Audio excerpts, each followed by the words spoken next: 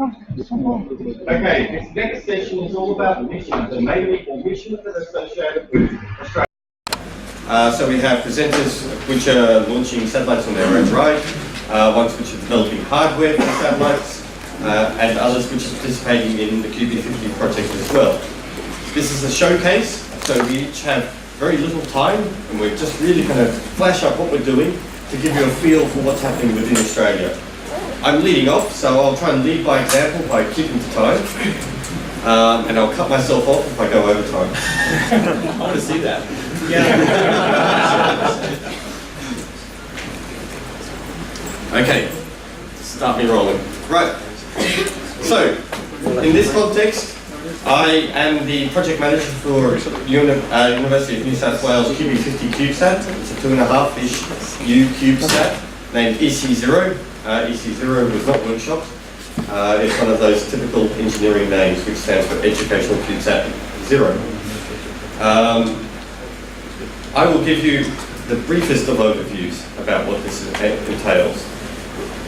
So we have had a seminar or a presentation on the QB50 mission, but to refresh your memories, we are part of an international consortium of universities led by the Von Karman Institute out in Brussels. We are putting together 50 CubeSats, 40 of which will be carrying on board their science payloads. We are one of those that are carrying on board the science payload, and we're being supplied with ion and neutral mass spectrometer from London. We're being launched into a very, very low altitude. Not quite true there, not 350 kilometers, it's been bumped up now, it's around about 400 kilometers in a sun-synchronous orbit, and we will be operating for a number of months until our altitude degrades, we enter the atmosphere, heat up, burn up, disintegrate, and become part of the air you breathe. During that time, we will be continuously running experiments, both for the Von Karman Institute, doing their INMS experiment, but also we're carrying on board some homegrown payloads as well. There we go, there's some more details about it. We're launching in February 2016. That's a hard deadline because they've been funded by the European Commission. The European Commission is very, very particular about when the funding runs out. And we'll be sharing a ride with yet 49 other CubeSats, all running different experiments and doing different things. 10 of those CubeSats are doing things which are completely irrelevant to the QB50 goal, and they're doing all sorts of fun things like trying to re-enter, which I think is incredibly dangerous, and deploying other little satellites and doing all sorts of weird and wonderful things. Our design concept is we have used COTS components, so commercially available off-the-shelf components where possible for our subsystem. So most of our subsystem components come from a company called GomSpace, and that has the added benefit for us that we don't develop things in-house, that we don't have to. It gave us more time to concentrate on the payloads and also the systems engineering. The configuration of our satellite is what's called a shuttlecock configuration, which is really, really good in the orbit that we're talking about. So we're in a low Earth orbit, and we need to be pointing ground direction forward at all times. By having these deployable solar cells on the wings, we use the small amount of air drag that's present to keep us pointing in the right direction. We are still fully 3-axis attitude controlled as well, but this just helps to keep things passively stable as well. We have payloads provided both in-house from the Australian Centre for Space Engineering Research and also from our partners just down the road at NICTA.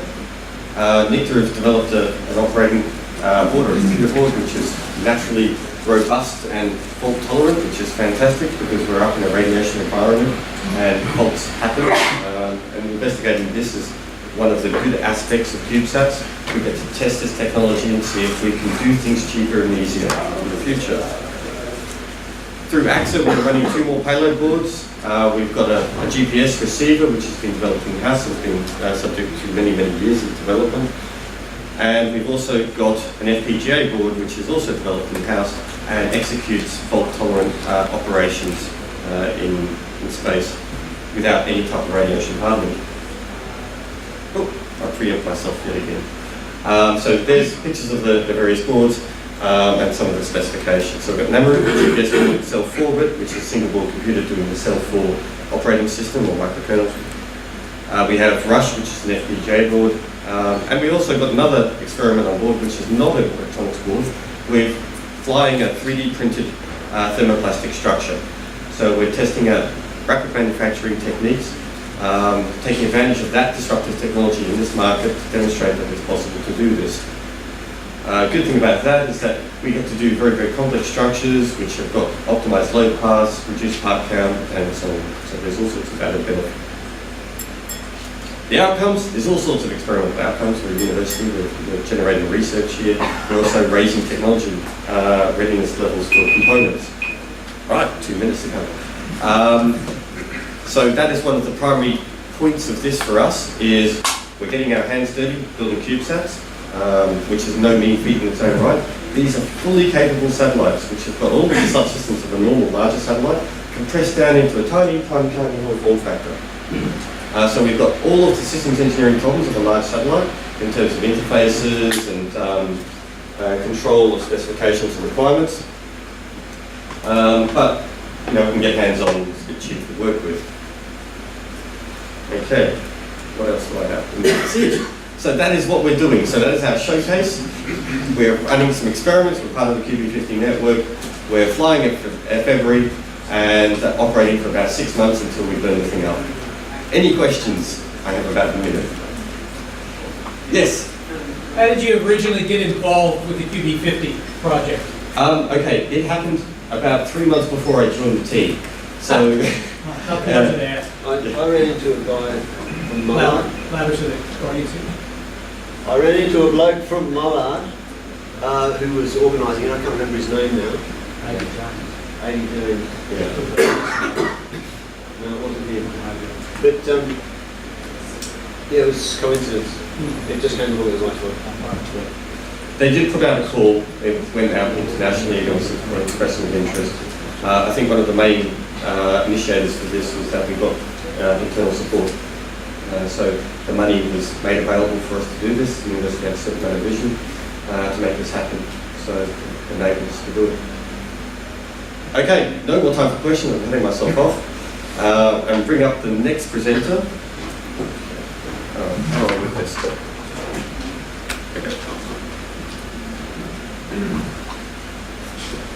Okay, we've got Joe Cachon from University of Sydney. They're doing their I-Inspire 2 QB50 mission. Okay, I'm Joe. Oh, is that right? And I'm also talking on behalf of Eva Can. So these slides mostly came from Eva, so blame him. I have to tell you about our I-Inspire project. The instruments and devices we're installing on it, and I-Inspire 2, which is meant for a QB50 project, and there'll be a summary slide. So I-Inspire stands for Initial Integrated Spectrograph Imaging and Radiation Explorer. One of the intentions is that it's a Seoul University space project. And the idea was to develop a bit of space capability and I guess a little bit of PR as well. So the idea is to demonstrate that we can design, build, test and operate such a device.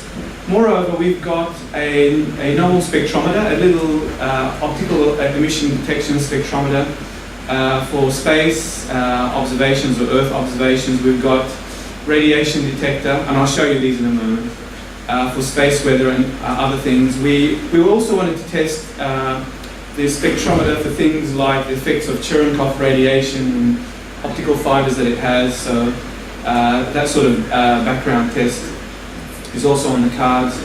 And for imaging, etc. So what's been the progress so far? There's been flatbed tests on breadboard, on PC board, and you can see the dates there. There's been an integrated system. There's also been a balloon launch. You can see all this was in 2012 in Project Horus. There's a provisional radio license, and I think that the international, the overseas launch certificate is underway since July 2012.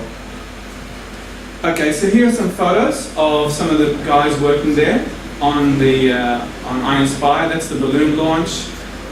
There's Eva right there, playing with the balloon.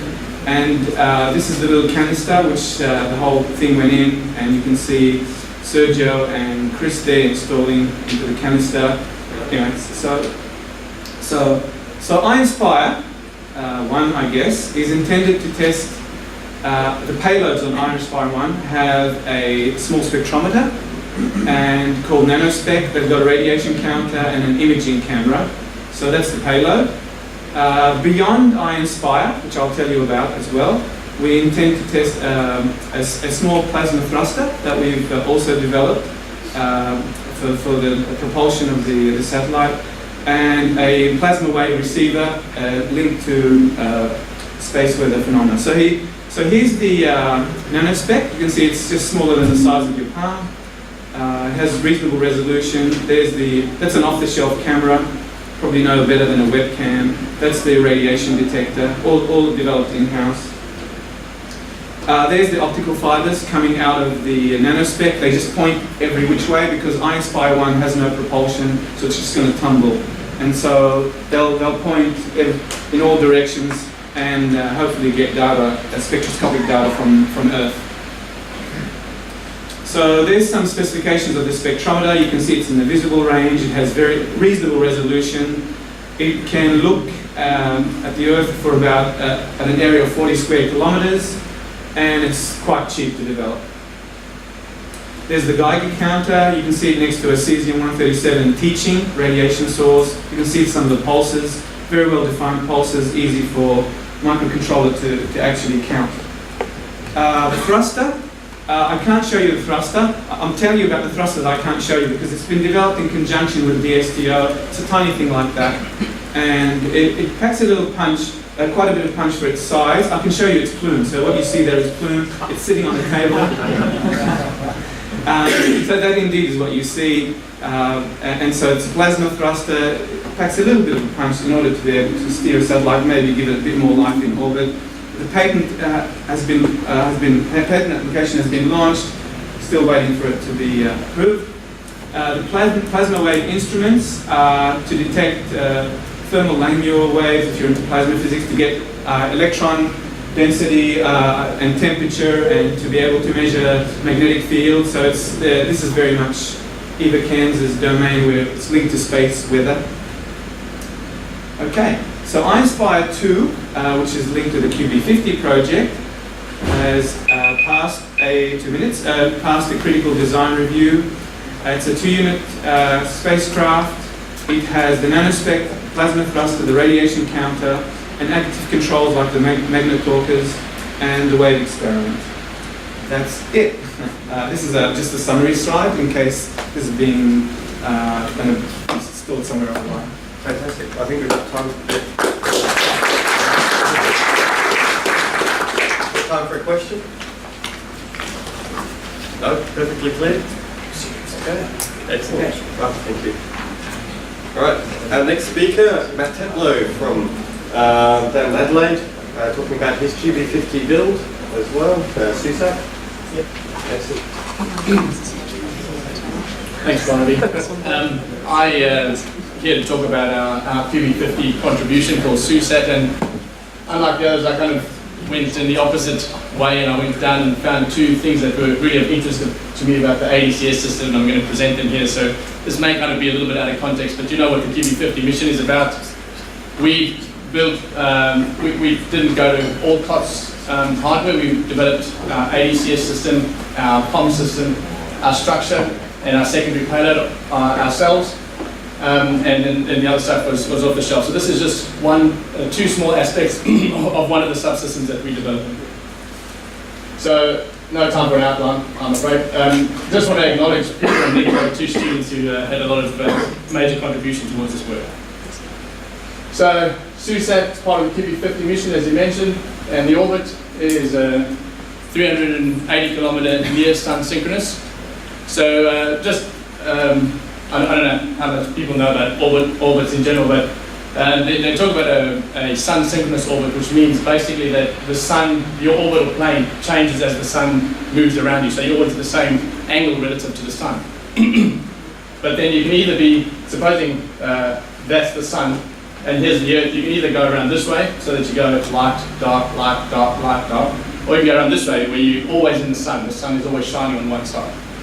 So going around light, dark is called like a 12 o'clock longitude ascending node, and going always in the sun is sort of a dawn dusk, it's called. So originally it was supposed to be a 12 o'clock mission, which means that we were very power constricted. So when we were in the lowest power situation, we would basically only have around 2 watts, which sort of drove a whole lot of the design decisions. And also sort of thermally, of course, the difference, you hot, cold, hot, cold, hot, cold. And then at the beginning of the year, they changed the mission and said, no, now we're going dawn dusk, so now we have more power than we need. We've just spent a lot of money on a whole lot of solar panels on the top that probably won't see the sun. We've got one sun sensor that also will never see the sun, but we've got plenty of power and we're probably going to be really warm. But anyway, at least our design is flexible enough that we can cope with this. So that is actually a very important lesson that they mentioned in ISIS this morning. Make sure you design your CubeSat so that you can handle any LTAN, which is what was on the slide, because that's what you're going to have to do. Anyway, those are our requirements. We've got a tip-off rate and then basically a pointing accuracy. So this is what our fine pointing system looks like. So first of all, we've got to know where we are. So we have a orbit estimation part, and then based on that orbit estimation, we know what the magnetic vector should look like. So we've got a magnetometer on board, and we want to compare it to something. So we've got to know where we are, and based on where we are, we should know what the vector should be pointing, what direction the vector should be pointing.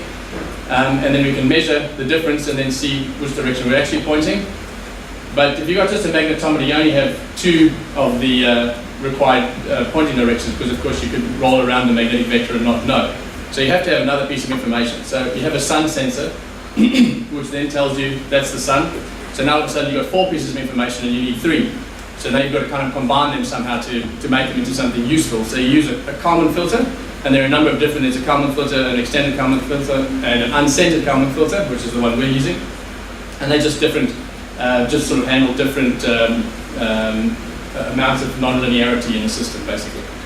And we also have a gyroscope, which is essentially a dead reckoning system, of course, so that just doesn't have any absolute reference. It's just, the only way you can use it is to count how fast your angle, what your angular velocity is, and use that from a known position and project it forward.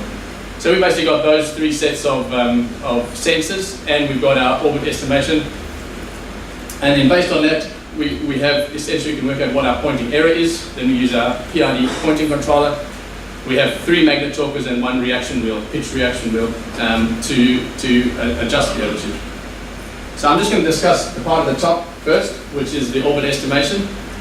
So first of all, why do we need an orbit estimation? And that's because we were in a very power-constricted environment, and we didn't have enough power budget to run the GPS 24/7. So we said, how can we run it sometimes and then not, and then turn it off? And the way we could do that was to develop a orbit projection algorithm, which in fact is also used on a space situation awareness project that we're working on as well. So this is just called an SGP4, it's a fairly standard one. So essentially you take the position and velocity of the GPS, you convert it to orbital elements, then you project the orbit forward, and you convert it back to position and velocity, and then you rotate it to the required frame, and then from that you can work out, where you need to be. So the problem is that when you measure GPS position and velocity, because the models that they use to develop the GPS positions and algorithms, your orbit parameters actually vary. So you have to somehow consider that and get a mean from that in order to work out what your orbital parameters are to project it forward. And if you don't do that, you're essentially projecting it from the wrong orbital conditions. And now I'll just talk about that quickly. This shows our detumble controller, how we can detumble down to in required spec. This shows our pointing accuracy when we've got the sun, and you can see that that's the upper bound, so we're within spec for that. But the interesting thing is when you're going to dark, then you have no absolute reference anymore. You're using the gyros more, and you drift out of spec, which is obviously a problem. So we had to then introduce a nadir sensor or something, some absolute reference point for when we're in the dark. As it turns out now, we're not going to be in the dark very much at all, so it may not be necessary, but nonetheless, we've gone that far down the development path that we're carrying on. So, yeah, basically, I presented an orbit propagator, fine pointing controller, and the results show that in eclipse phase, we need to have another reference point and develop a nadir sensor, which is just an infrared-based sensor. And that's it. I just put up our systems analysis is developed in Core, which that ties all our requirements to our functionality and our hardware to do model-based systems engineering. Thought it was a good question slide to put up. Any questions? Quickly. One question? No? Okay. Fantastic.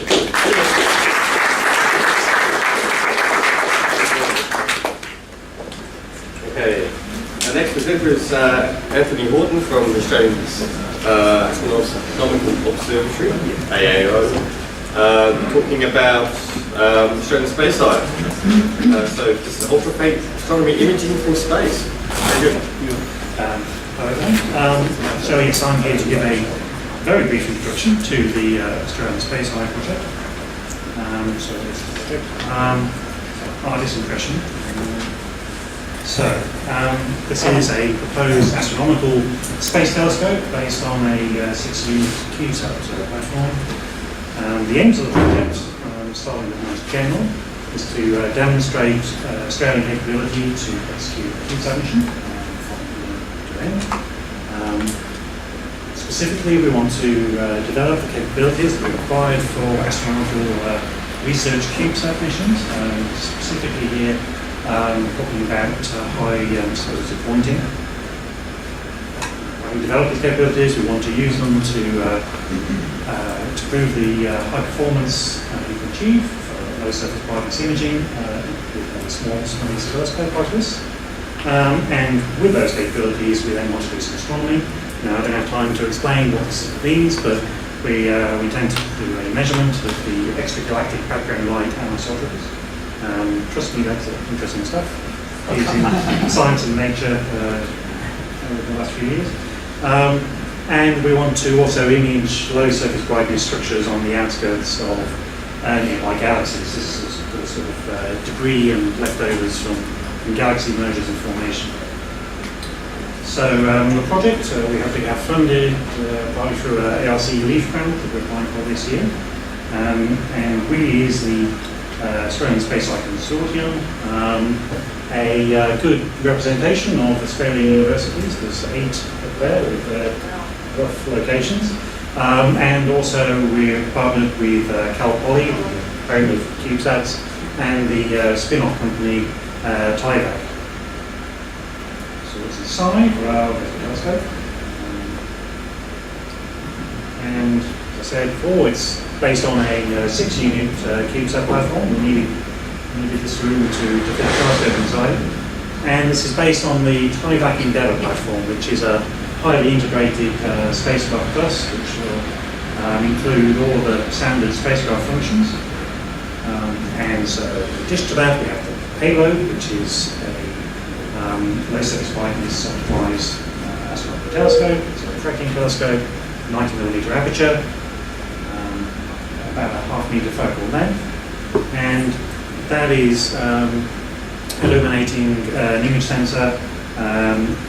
We're currently baselining an E2V CIS-115 CMOS image sensor, and with 3 arc seconds per pixel sampling on the sky, that gives us a field of view of a little under 2 degrees by a little over 1 degree. And with this telescope, we want to do deep imaging in the astronomical Z-band, which is from around 840, 850 nanometers through to the long wavelength cut-off for silicon detectors just beyond the micron. Now, the main challenge with doing astronomical imaging from a CubeSat like this is pointing stability.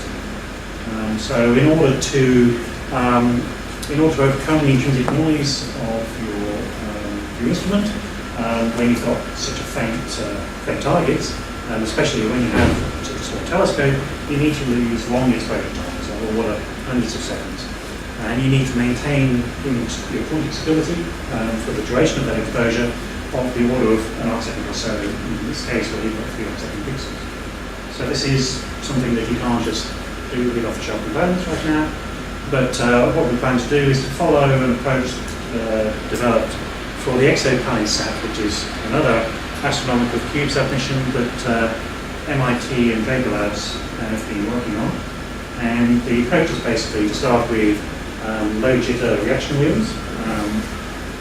Then you have precision star tracking in the telescope focal plane, so you take advantage of the long focal length telescope to do precision attitude measurement, and you then feed that information back into the main spacecraft pointing loop, but also into a high frequency image stabilization system that uses sensor shift in the focal plane, so physically translating the main sensor around to take out the high frequency wandering spacecraft point. So that's just for scale, with a more familiar space telescope on the left there. I'm just about to see the strange space on the right. So at the moment, so we'll be applying for the leaf grant. That submission needs to be in by 9th of April. Okay. The process is a long one, so we won't know whether we've been funded until October or November of this year. And if we do get funded, then we will kick off the design, build and AIT phase, normally about 2 years.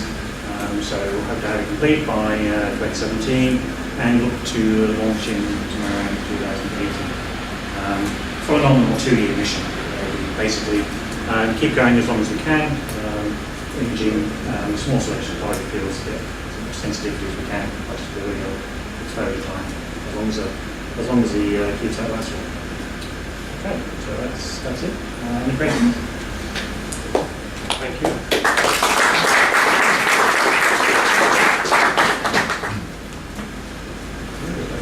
How will it compare to the other one? Three different things. It's a bit more cheaper. Good answer. Yeah. It's actually, because of the way it's designed, it would be capable of doing things that HSV can't. For this, when you're looking at extended low surface brightness stuff, it's very important to have very low scattered light and refracted light layers. And HSV and other conventional astronomical telescopes run into a systematic wall at a certain level, which this system, based on similar ground-based systems, you should be able to push past, give you enough time. If you integrate for long enough, collect all the photons, you will eventually get deeper than HSV. I'll take your word on that. Thank you again. Okay. Our next presenter is Brad Tucker from ANU, talking about CHUCS, which is a space or high altitude ultraviolet CubeSat. Excellent. Well, the great thing about the name is if we drop to high altitude, it just sucks, so either way it works. What I was talking, our planned mission is fitting a science case around a CubeSat. I mean, I know it's a lot of voice, but... what we're trying to do is use pretty straightforward off-the-shelf instruments to build and fit a high-quality science mission. So when we think of doing astronomy space research, there's pretty much 3 categories you want to look at. Either opening up a new wavelength regime, so something you can't do from the ground, like ultraviolet, doing high resolution, which the Hubble Space Telescope is quite known for, but also continuous monitoring. Since you don't have the pesky sun in the daylight, you can do 24-hour monitoring and actually get more value for your telescope. And if you want to look at specific targets, you can continuously monitor it and find it, such as new planets. Now, in terms of current and most recent ultraviolet missions, there's only really been a few. The Hubble Space Telescope, as what Anthony showed earlier, he failed to mention it's just extremely hard to get time on this, so no one really bothers. Galax, which worked really well, poor resolution and died, and Swift, which is badly designed. So that means that if you can develop a ultraviolet space mission, there's room to make an immediate impact. So one of the things we came up with was building a wide field, high cadence ultraviolet satellite. Now, the inspiration of this was the Kepler Space Telescope, which most people know for finding exoplanets, but that worked in optical. So if we can utilize ultraviolet, we actually get a lot more science we can do with it at the same type of thing. Now, the reason I had the high altitude part, the non-sucky part, was because you can do ultraviolet as long as you're above the ozone layer, which is between 30 and 45 kilometers. So if you were to fly a high altitude balloon, this is possible. Now, we've come up with a design that uses an off-the-shelf camera, so it operates in about 200 nanometers to 320 nanometers, so in the near, what we call near ultraviolet phenomenon. Now, we want continuous monitoring. Well, we can actually use the natural orbit of a CubeSat to do the monitoring for us. We don't have to worry about pointing, we don't have to worry about stability, like Anthony was trying to solve. We just use the natural rotation of the satellite, the natural orbit, to do our pointing for us, because we just want a large area to do monitoring with. And if we can use the natural orbit, then it kind of solves it. Now, our other problem with this is we'll have an enormous amount of data if we plan to take 15-second exposures continuously for a year or two. So we're partnering with Google as part of both developing the satellite and also a balloon capability to help us with not only the data download, but also the data processing, since Google knows a thing or two about software. And it really gives the possibility of this mission actually going. So one of the things what we can see, if we have something that's monitoring ultraviolet every time, we can actually see a star blow up, but the shock wave rip through the star before it blows up. Now that's cool to think, or we can actually see it hit another star. Now the reason we actually care about this is that shock wave tells you everything you want to know about the star, so it helps us know about solar physics. But we can use this in cosmology, or figuring out the big questions that win people Nobel Prizes. Not that I'm going to win one. So, for example, so this is an image that we've done with the Kepler Space Telescope using optical, and what we're actually to detect is we're able to detect the shock wave down to stars less than the sun. So, for those who don't know astronomy, there's not many stars out there that small, and this is just using optical, where it's pretty poor. If we use ultraviolet, we can actually extend and do a lot more interesting things with this. So this paper was just accepted in Nature. You're not supposed to see it, so if you didn't see it. Now, the reason we're actually doing this is something called Type 1a supernova. Why we care about this is what won Brian Schmidt his Nobel Prize. He used these to discover the universe was accelerating, and therefore was awarded the Nobel Prize in 2011 in physics. However, we realized after he did it that we know nothing about what we're using, which in astronomy never stops you. So now we're actually trying to go back and figure out what it is we're using to try and refine these measurements and hopefully figure out what is causing the universe to accelerate. Now, if you can do this with a poorly performed optical telescope and do it better and monitor large patches of sky, we can find tens to hundreds of these features per time and really take into the next step of what we're doing in cosmology. As an aside, we can also find interesting things. So in here, again in the optical, but the ultraviolet will be even stronger, we've seen the recombination of hydrogen, helium, and carbon in the supernova explosions. We can actually pinpoint how elements are formed in astrophysical explosions.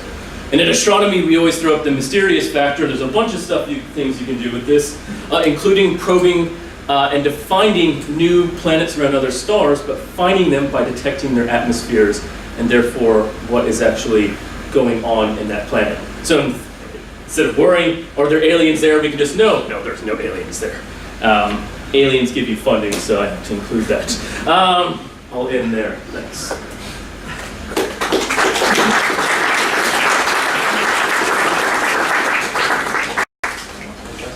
Do we have time for a question? No? We have remarkable presenters here at the back. Yeah, I just wanted to ask you, and this kind of applies to a lot of these satellites. Obviously, you're looking out mainly. Yep. But what's the possibility of having something looking down at the same time as looking up? Can't you kind of have that be tested in a sense. I mean, if there's a reason to build the other end of the telescope looking down and continuously monitoring it, who's the defense person here? I mean, really, we should ask the CIA about that.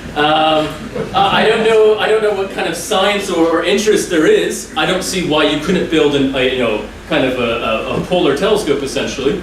That's not our interest for it.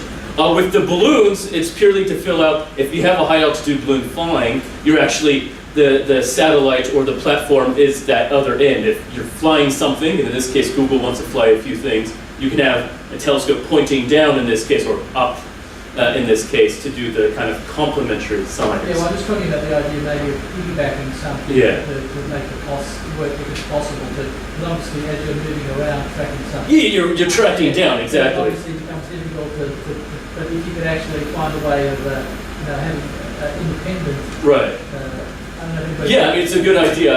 I don't know. Maybe better version of Google Maps. One more question? So the UV camera, this is spectrometer or something? It's an imager, so it's a one-band 200 to 320 nanometer imager. Too bad. Well, no, one band operating from 200 to 320 nanometers. Well, thank you again. I'd like to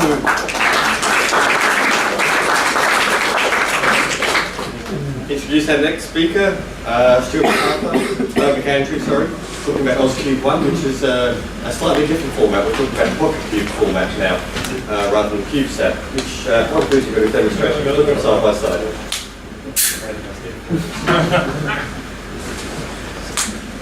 Okay, so I'm Stuart from Perth and introducing OzCube 1.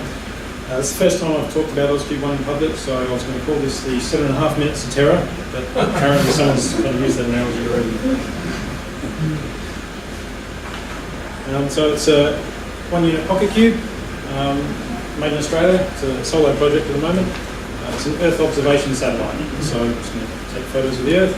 The mission goals are to capture imagery just specifically of Australia, but in general it will be the whole southern hemisphere.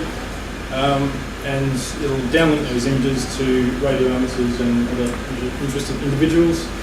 The secondary mission is that it's a tech demonstrator. I say low-tech demonstrator because it's just using commercial off-the-shelf parts from usual, so electronic suppliers. And the other one is inspiration.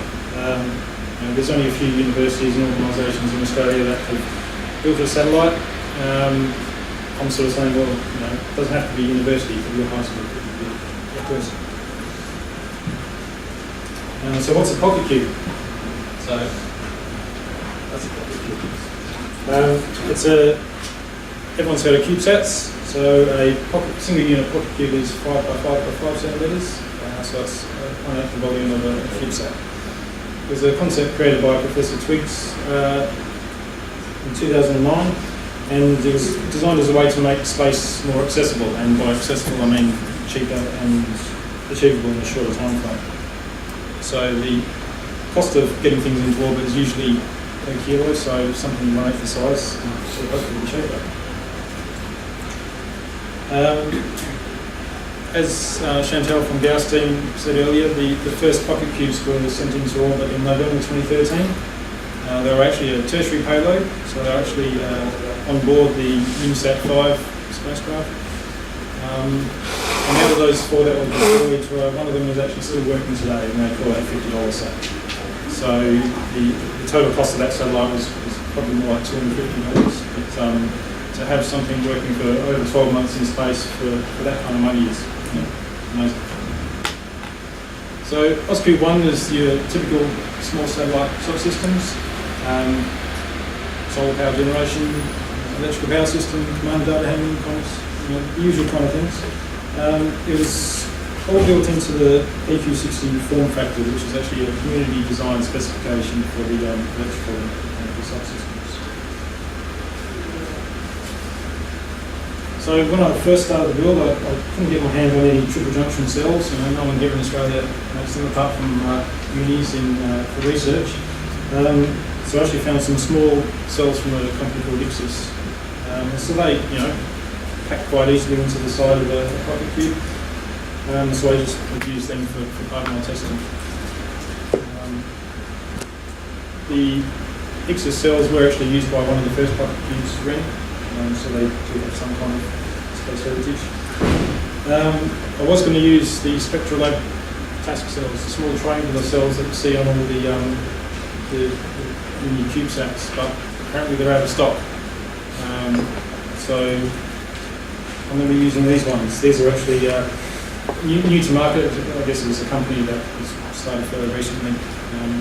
Not quite as big as the triangular cells, but they give they are space rated, the Azure space cells, and they'll give you around about 277 to 370 milliwatts per panel, depending on configuration. EPS. So, as I said, all the boards and the subsystems have all sort of been designed by myself and created sort of using low-cost electronics. So, I've managed to cram in 4 maximum point trackers. Some of the hardware that is used on this is the same as the $50 SAT, so it is the same IC for the maximum power point tracking.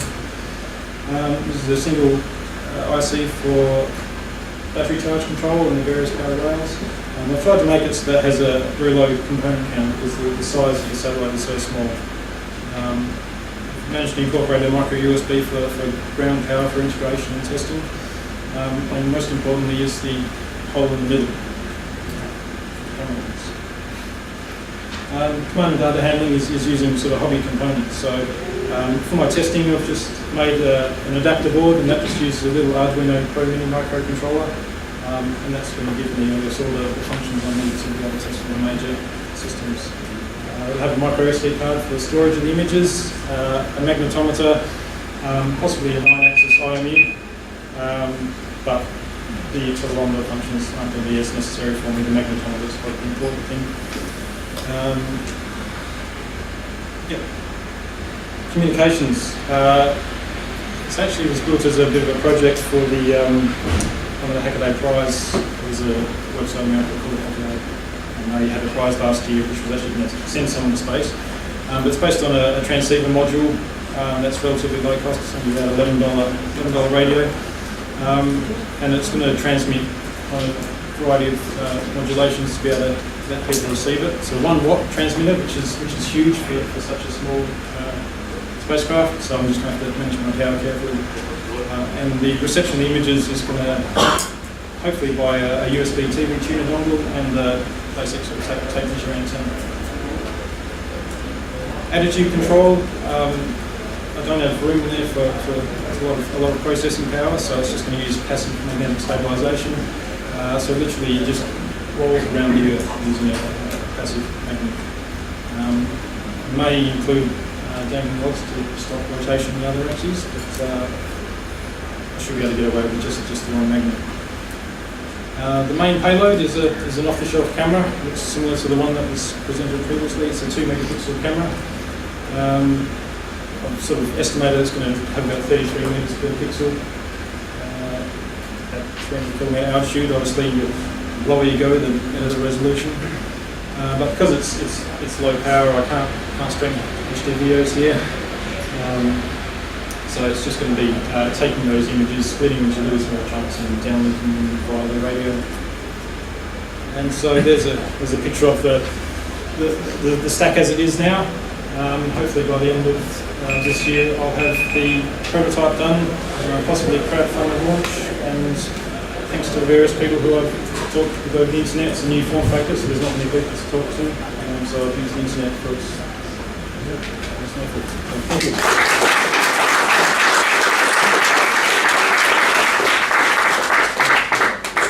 Any questions for that? Okay, I've got one question. Yeah? Have you thought about the legal? Some normal paperwork, yeah. I'll 6 months for paperwork. And you might have mentioned, but how long has it taken you to take this from concept to where you are now, where you're demonstrating technology? November 2013 was the first of the Pocket Cube launches, and obviously I've sort of been starting to get interested in just following being a spaceman boy. And sort of after that project, I've been involved with was a good person, Tom from Alba Orbital, he's going to be presenting later. We've sort of been discussing, I guess, the concept, and you were saying, well, we need to develop a standard for making a standard interface, because CubeSats use the PC104. Pocket Cubes, being new, they don't have a standard yet, so we actually made a community developed interface. So I started working with him on that, and then over the Christmas period, or the start of 2014. So from there to here, it's been really nice. So, Okay, right. That's very impressive. Thank you.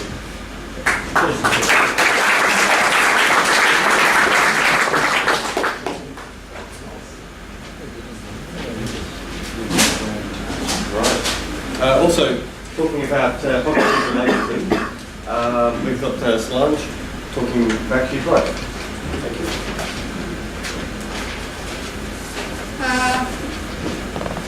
So my name's Solange. I'm from CubeRider. We're not Pocket Cubes, but CubeSats. Oh, CubeSats, sorry.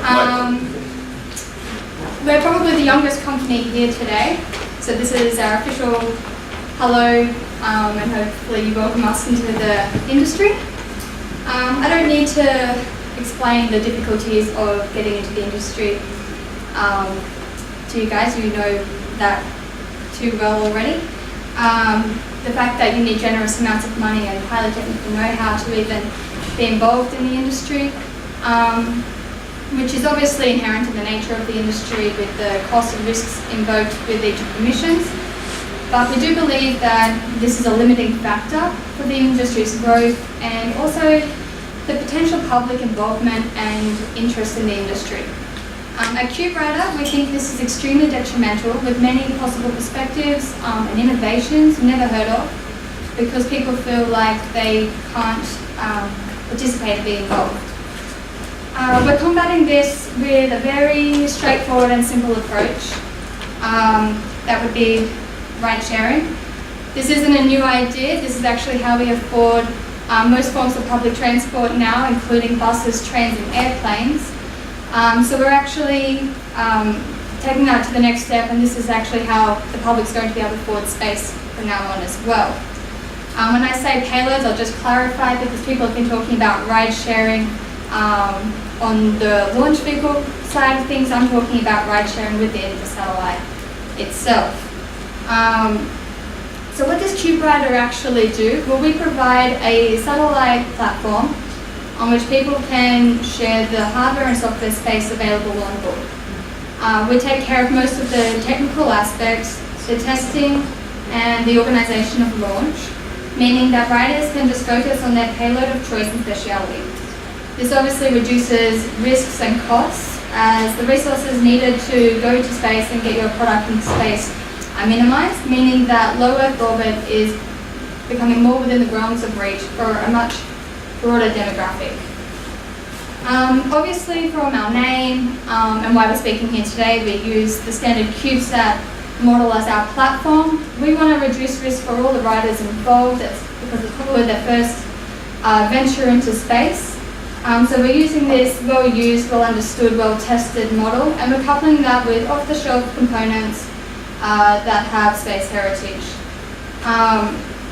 The beauty about this model, and I'm sure you all know because you're all obviously enthusiasts about it, is that it's basically a blank page which you can colour, adapt, and alter to suit the requirements of your payloads.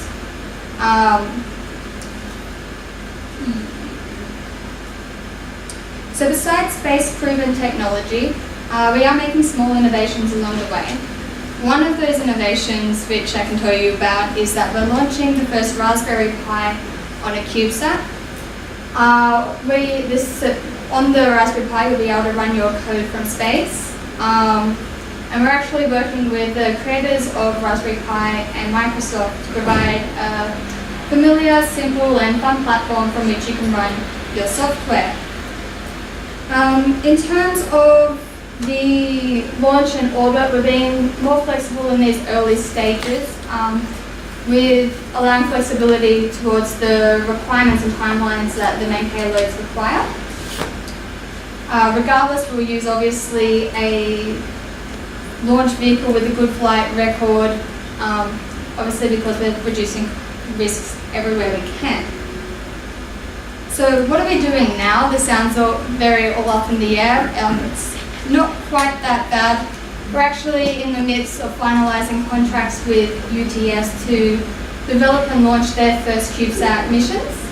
We'll be working closely with their students to develop useful and interesting payloads, and working closely with them in order to give everybody a fun learning experience along the way. By the end of these missions, CubeRider will have enabled UTS students to be, if not the first, one of the first set of students to launch a satellite into low Earth orbit, which is a great feat on its own accord, but that's also heightened because UTS students currently don't have access to a space program like other major universities in Sydney and Australia-wide. During these missions, what CubeRider is doing is opening up the door to this bank of innovation and ideas that have never been used before, to these people that have never had access to space before. We really want to reinvent the way the CubeSat is used and its capabilities. And by doing this and giving access to these people, we are hoping to involve more of the industry and give work to much more of the technical people, and really grow the industry into being sustainable is probably one of the end outcomes for everyone in this room. Anyway. Yeah, and so what we're doing is we're giving work to the technical people, access to a much broader spectrum of society to low Earth orbit, and the way that we're doing that is by taking advantage of the really simple CubeSat model. That's just a brief overview of us. If anyone has any questions?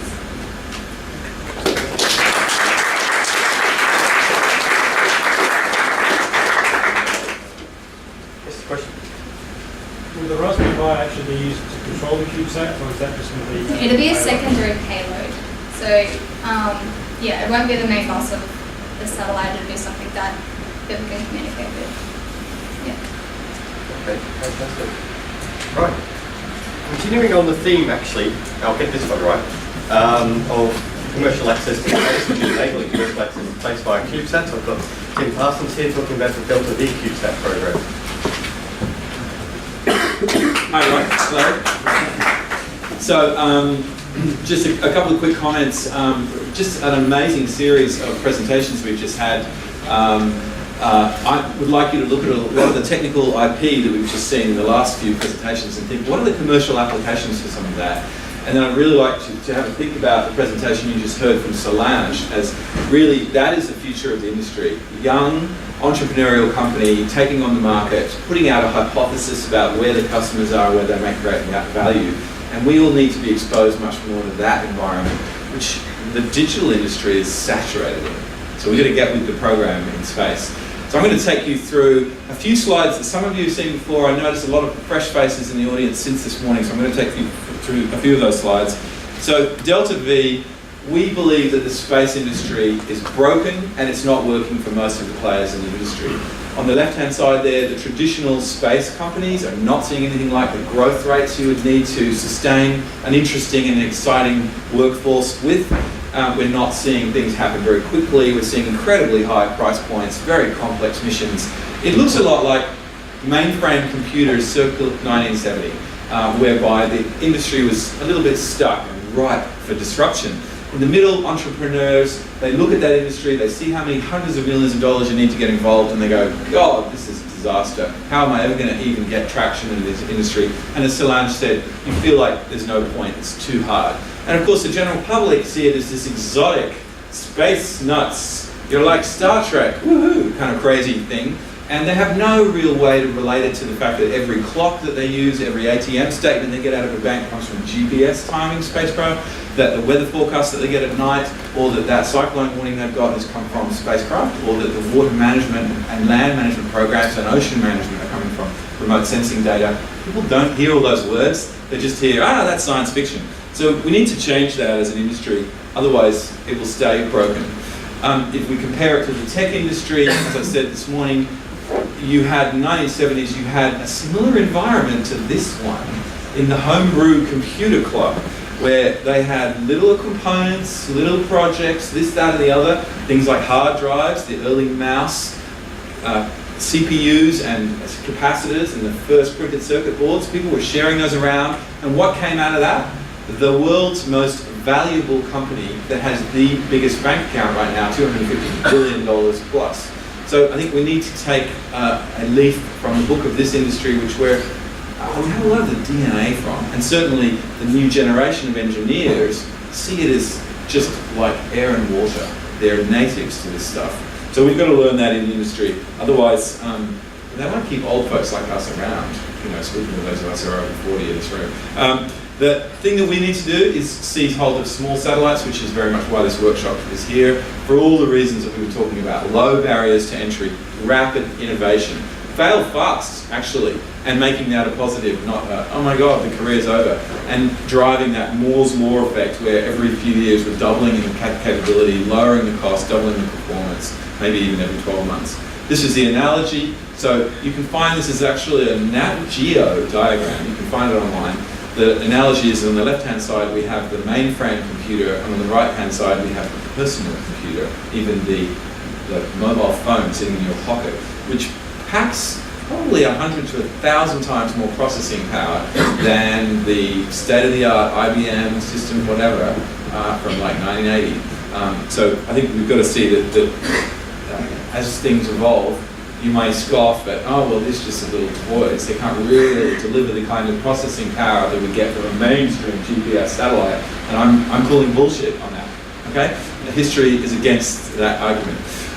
As we've talked about, lots of people are looking to address this market. 1.9 billion was the estimate from, I think, at least 18 months ago now. So I'm pretty sure, given that in January this year we had 2 projects announced around the 5 billion total investment mark for small satellites, I think we're going to see this number revised, and constellations and similar technologies enter the lexicon.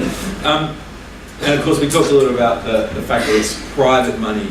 So what is Delta V? Delta V, we see ourselves as a space accelerator. We aim to accelerate companies like CubeRider. We aim to take projects from academic teams even and find a way to accelerate them both commercially and technically so that they can have a longer term duration.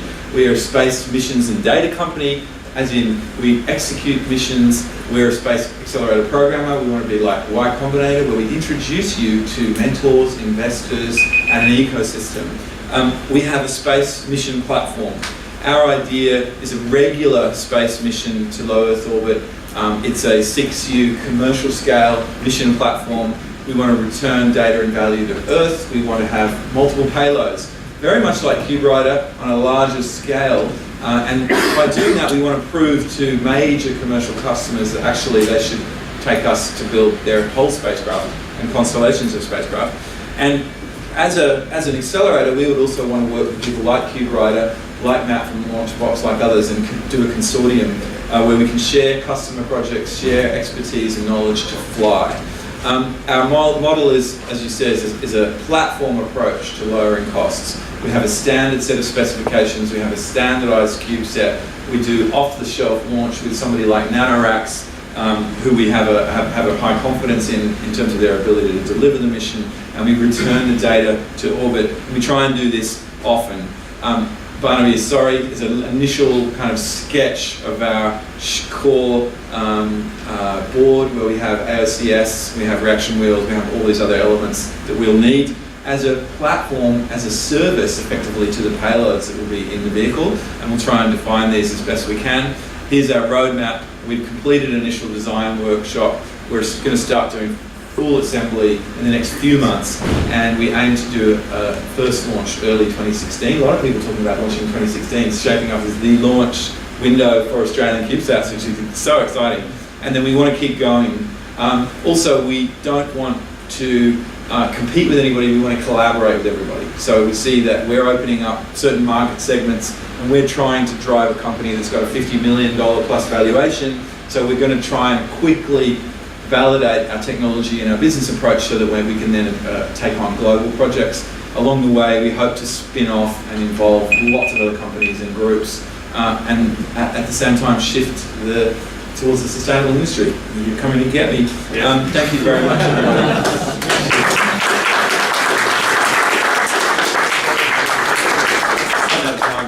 yet. That's fine. You can grab Tim during the break. I've got 2 more presentations before then. But now we've got Professor Russell Boyce from the University of New South Wales, Canberra, talking about the space missions that they're planning on doing in the near future. Thanks, Barnaby. Thanks, everybody. UNSW Canberra is into probably the second year of a 7-year effort at the moment to develop the capability for doing routine low-cost space science in space. If we do space science on the ground, we want to take our lab into the sky. We want to be able to do it regularly, routinely, at low cost. We're building that capability on a number of different legs. Some of them are engineering related, some of them are hardware, some are ground-based science, which then gets done in the sky. We need a particular vehicle to use to build that capability. So let me step sideways for a moment. The missing piece of Australian space situational awareness is a high-fidelity physics-based understanding of what space objects do in orbit and how they interact with their environment. Space objects, space debris are not simply cannonballs in a cloud and every piece is the same and every piece reacts to the environment the same. There's many things that go on in space and it's very, very difficult stuff. One of the things that the US in particular is calling for is for partners around the world to step up to the challenge of raising the bar on the science of this. So that's what we want to do. We want to do it with ground-based experiments, with ground-based capabilities such as the Falcon telescope that you see there on the right-hand side on our campus, and with in-flight, in-orbit experiments. So we're investing $10 million of UNSW Canberra cash starting this year over the next 5 years, flying 4 missions. The first 2 in collaboration with DSTO. You'll hear from David Lingard in a moment, and I'll touch very briefly on those 2. On the left-hand side there, you'll see that we are building the fundamental enablers to be able to do those space missions. That includes a flight team which is rapidly coming together. Some of that flight team were at the Andøya rocket range 2 years ago, September 2 years ago with me. So our experience in Norway was mentioned earlier today.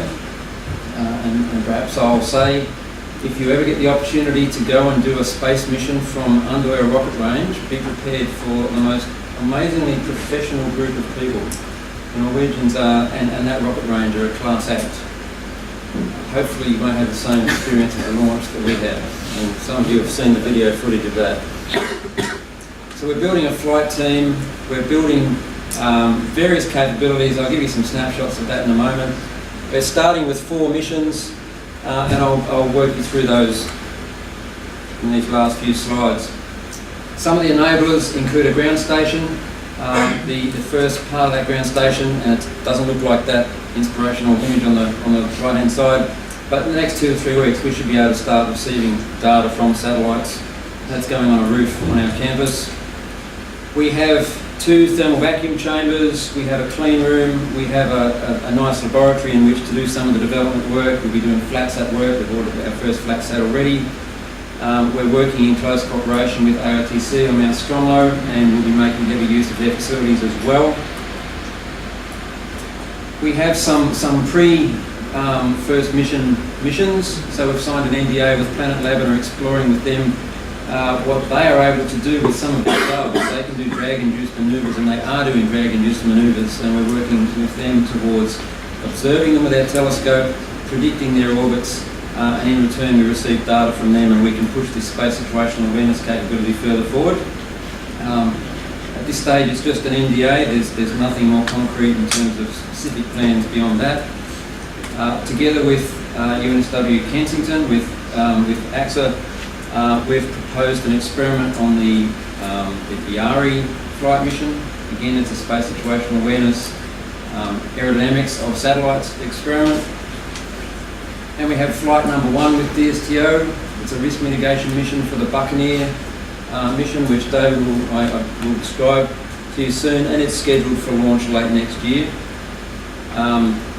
We are currently going through the process of acquiring the CubeSat for that, and by mid next year, we should have integrated, assembled, shaped and baked, and be preparing to deliver to launch service provider. The main bucketing mission will take place about a year later, late 2017. Meanwhile, we're developing space-based instrumentation, and we aim to fly in 2018 on one and possibly two CubeSats, a diode laser-based instrument for measuring greenhouse gases. That will work as follows. A satellite going on orbit around the Earth receives sunlight passing in and out of the atmosphere.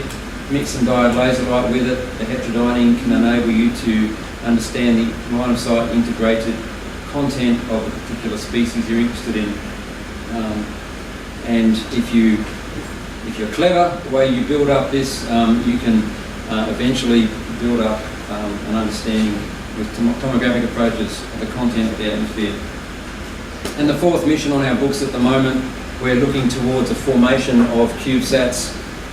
We have a PhD student already working on formation flying algorithms. We'll be seeking and appointing a formation flying postdoc a little bit later this year, and looking to launch in about 5 years' time the beginnings of capability for distributed sensors on autonomous self-organising collections of CubeSats.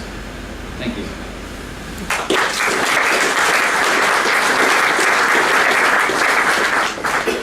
Time for a question about these activities? Okay, you're off the hook. Yeah, cheers. Okay, our last presenter before the coffee break, no pressure, is David Lingard from DSTO, talking about the experiments they've been carrying out with CubeSat and the design that they've been doing. Good afternoon, my name's David Lingard from the Defence Science and Technology Organisation, and I'm the project manager for our CubeSat experimentation at DSTO. So I'll just give you a quick overview of our key CubeSat projects.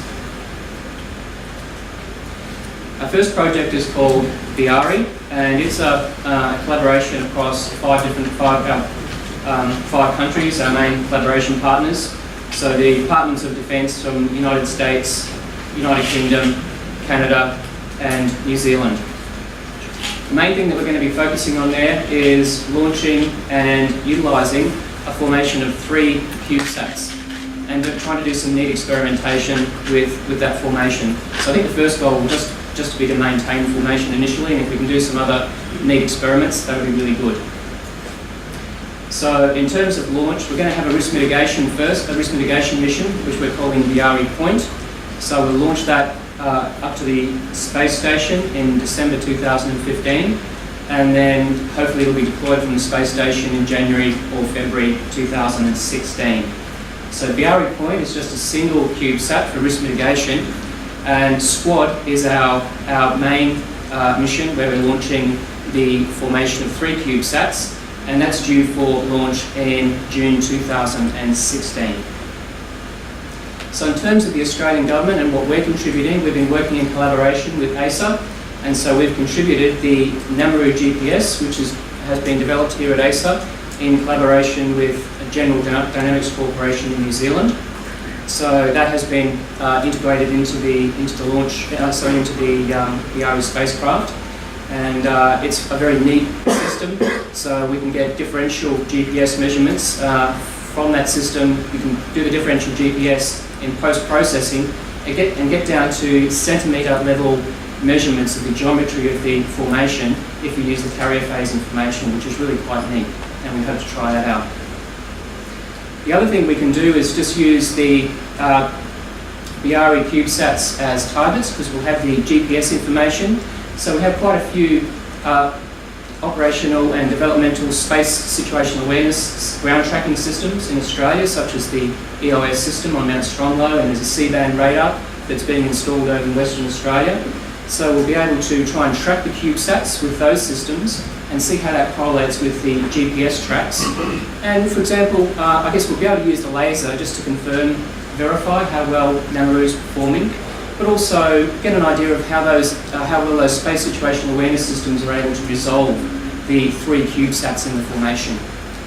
The other thing that the Australian Government is contributing is a ground station being built in Adelaide, and that'll be part of an international network of ground stations with some in the US, one in Canada, one in New Zealand, and one in Australia. So with BRI, the US government is doing most of the heavy lifting. So the Air Force Research Laboratory in the US, they're taking the payloads and integrating them with one of their CubeSat buses, and they're doing the environmental testing. So the US is doing the heavy lifting there. With Project Buccaneer, Australia is going to do more of the heavy lifting, so the design, the build, and the testing of the spacecraft. And as Russell said, we're working in very close collaboration with his team at the University of New South Wales, Canberra, to deliver this particular mission. And we also hope to use the facilities at the AITC that I think Mike Pekovic is going to talk about soon. So what we're doing there at DSTO, we're developing a digital high-frequency receiver with a digital signal processing capability, which is going to be the payload. And we're going to receive signals from our gingerly operational radar network. So we have a network of over-the-horizon radars that we use in defence to detect aircraft movements. So the CubeSat will be out in the far field of those radars and will be able to collect some data that will be very useful for calibration of the Dawn system. Well, the way we were going to handle that, so we're going to focus on the payload aspects in terms of our development effort. And you can see one of the interesting aspects, see the large cross-shaped antenna. So each of those 4 antenna arms is about 1.7 metres long. And so one of our challenges is how do we wind that up and stow it in very small volume initially and then deploy it once on orbit. So that's one of our challenges. So for that reason, because we do have a few technical challenges, we're going to have a risk mitigation mission launching in November 2016.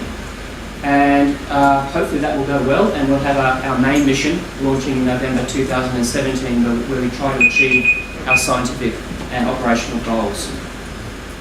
I should say that with these 2 missions, we're very grateful to our US partners who are providing the launches for free, which is extremely helpful indeed.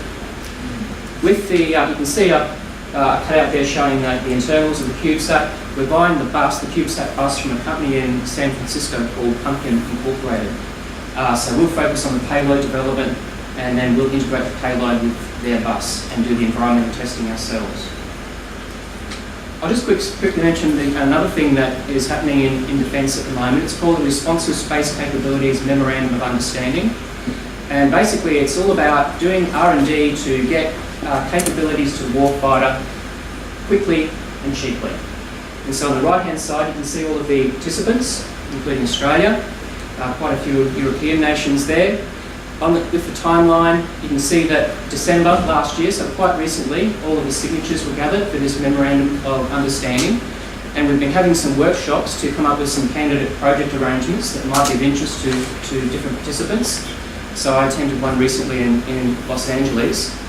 Now, some of the topics that have been put forward, you can see there. So military utility of small satellites, things like optical satellite communications, responsive launch and range is quite relevant to this forum. Ground station interoperability. So the various countries at the moment are just thinking about what they'd like to get involved with, what resources they have to put into these projects. And then there's going to be a steering group meeting in the Netherlands in September. So the steering group will endorse certain PAs to go forward, and then they'll be drafted, and then it'll probably take about 6 months for them to be drafted and signed, or 6 to 9 months, and then the work can commence under the project arrangements.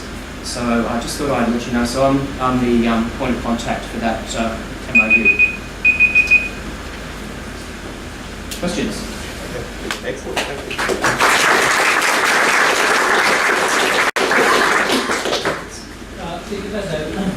you. I noticed in your slide you had a laser tracking image there. My question relates to the space jump. I think it relates to that second one about CubeSat and the light and tag. Because you've got a lot of these CubeSats going up, and a lot of them might be experimental phase, and they might not just last very long and just go to die and go away. Yes, just a very hard to track those. We've got enough of the space jump. So what's the current thinking about where you're going to track these and how much of a problem is the space jump? Yes, that's a good question. The other countries that put stuff up that we don't know about. Yeah, that's right. And I guess that's one of the issues that came out in the recent workshop is, what sort of policy do we need to put in place to stop I guess, a plethora of CubeSats being launched into space that might quickly become non-operational and then basically become a hazard. And so the US put forward that particular PA, and the thinking there is,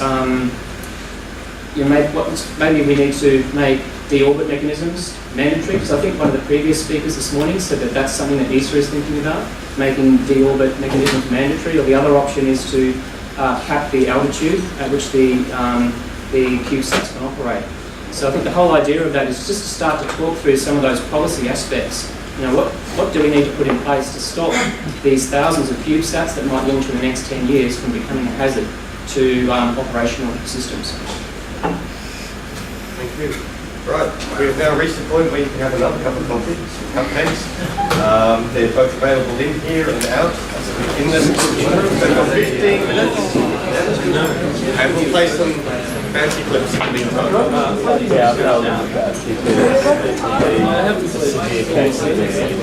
Okay, I trust you've completely about and that's what we're going to wait for the next hour and a half. And we're really cool the next session. The next session is all about mission support. So we've seen across sectors what we're doing in terms of CubeSats in Australia. Now you can see what Australia has to offer in terms of supporting CubeSats. Really what's quite active is from AITC, looking at testing and evaluation side of CubeSat missions. Good afternoon. I'll try and make this as possible. I'm from the National Observatory, which is part of the Australian National University Research Group on physics. Back in 2003, the bushfires came through in White Place. We lost all our telescopes and all of our infrastructure. It's a good thing or a bad thing, depending on the good part of it was that we managed to get some funding from the government and the university to rebuild our facilities, and now we have a world-class facility that has become or will be a national facility for use by everybody. So we design, build and manufacture precision instrumentation. We also manage the Australian share of the Giant Magellan Telescope Partnership. We have the only space environmental test facility in country in the one location. We are hosting the Space Environment Research Centre, and our aim is to bring together industry, research, defence, government and education, basically all the players, to concentrate and focus collaboration in space. We have a strong heritage of designing and building terrestrial instrumentation.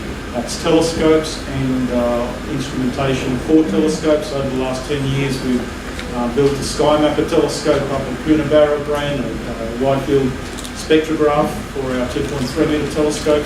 We've built 2 instruments for the 8-metre Gemini telescopes in the north and south.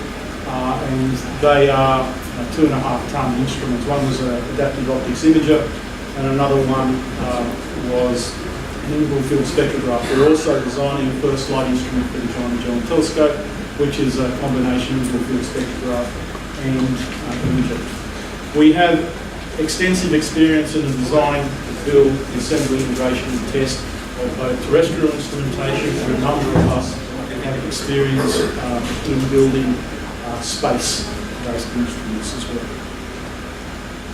In-house now we have very good facilities for the environmental testing of spacecraft. We're, as I said, a one-stop shop for all of the qualification testing and the acceptance testing that you'll need to do for your spacecraft. You can come to us and we will help you get through that. We have thermal vac, thermal cycling, vibration, EMI, and we've about in a few months' time we'll also have pyro shock testing. We have mechanical shock testing, but that's not different. We also have other facilities, especially for anything to do with optics. We've got precision metrology and optical measurement facilities, as well as a number of other basically facilities that you will need to develop space hardware. And we're continuing to expand our facilities to be able to provide support to the community. We also have an in-house expertise and capability in engineering for space and also for precision instrumentation. So if you need assistance in the engineering side or the systems side or the project management side or anything to do with optics, we can provide assistance to you. We have established a number of strategic collaborative relationships and we're expanding those.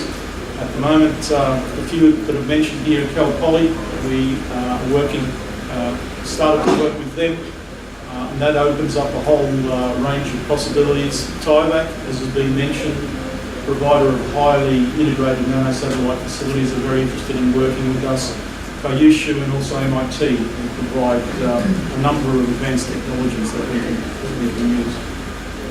Our primary objective is always to provide the engineering support and the scientific support to our astronomers to be able to develop their instrumentation, primarily terrestrial, but also to expand that to be able to deliver astronomy from space-based platforms.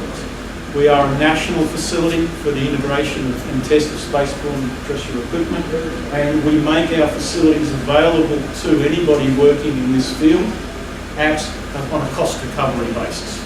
We've got government-funded facilities. We're not out to make a profit. It's not a business. However, because it's government-funded, we want to make it available to everybody, and we will do so at the lowest cost possible.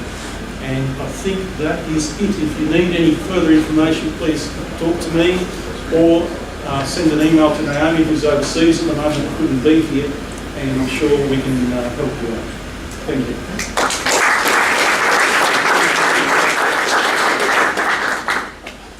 Mike.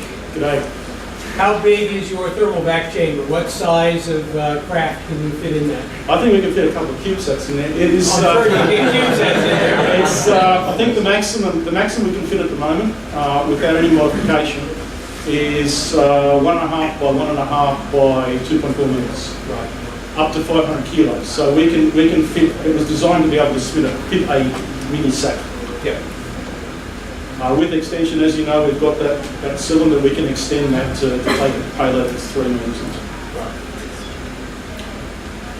Any other questions? No, we dusted. Congratulations.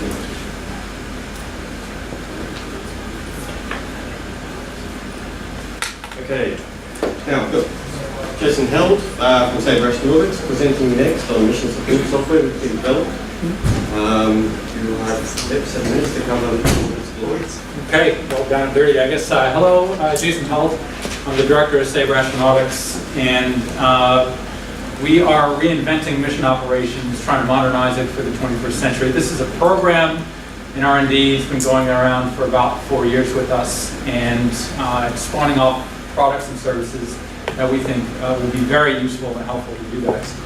So this is the problem. We all talk about reducing the barriers to entry to space, and usually that means reducing the cost of the engineering of the satellite or the cost of launch. Now what a lot of people don't realize is that your operations actually account for 1/3 of the cost of your total mission. Now you look at this screen, you can see why. There's a lot of data on that screen, and there's this kind of linear relationship to the amount of data you have and the number of people that you got to manage. I want you to sit yourself in one of those seats for a second. You guys having your own satellites, sit right there. What you're looking for is you're waiting for one of those little words on the screen to turn red. If it has a red, it means there's some sort of a defect that you got to manage. And it's kind of a scary proposition if you're doing this for a commercial reason or a scientific reason, because on the downstream there's a whole bunch of people who need that data that you're going to provide to them that can't reach it, right? So two different problems here. The user experience, two-dimensional, doesn't really work anymore. Satellites are becoming more complex. Smaller satellites mean that you're going to send up swarms. Multiple satellites means you reduce the cost of your engineering, but your ops are still more difficult. So imagine, if you would, you're a space operator using the Predictive Ground Station Project, affectionately we call it PIGGY. Forget about 2D words on a screen. Is the video going to go? No. Oh, no. Huh? Not at this time, 7 minutes? It's either going to go or it's Okay. Okay, so, yeah, that's a shame, man. That's a shame. I have an older demo on the website. Just go to the website and check it out, okay? So, instead of words on a screen, it's all three-dimensional. So, I'll just talk through a couple of the features. Look on the right-hand side, you see the sun. What you can see out there, you can see sunspots. We got a live data feed from the Space Weather Protection Service out of Boulder, Colorado. You can look at the solar flares, the directional component, where they are, whether they're pointed at your satellite or not. We have accurate orbital mechanics. I think within about floating point accuracy in NORAD at the moment. And you can get total overpass information. You can use all these sorts of features where you're tracking space weather and looking at the effects that it has on your orbit, your perturbations, your mission. So we're bringing in the space weather and the satellite systems data at the same time.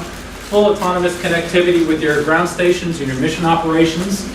And you could look inside that satellite, you could open it up, look inside the guts of it, and really identify all the different components and identify any sort of damage that's on the satellite and the cause and effect of that satellite as well.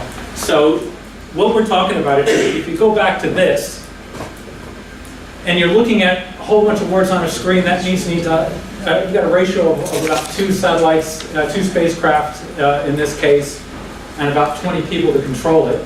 A lot of commercial operations centers are much smaller than that for sure, but this is starting lean space operations in this case. Okay, so massively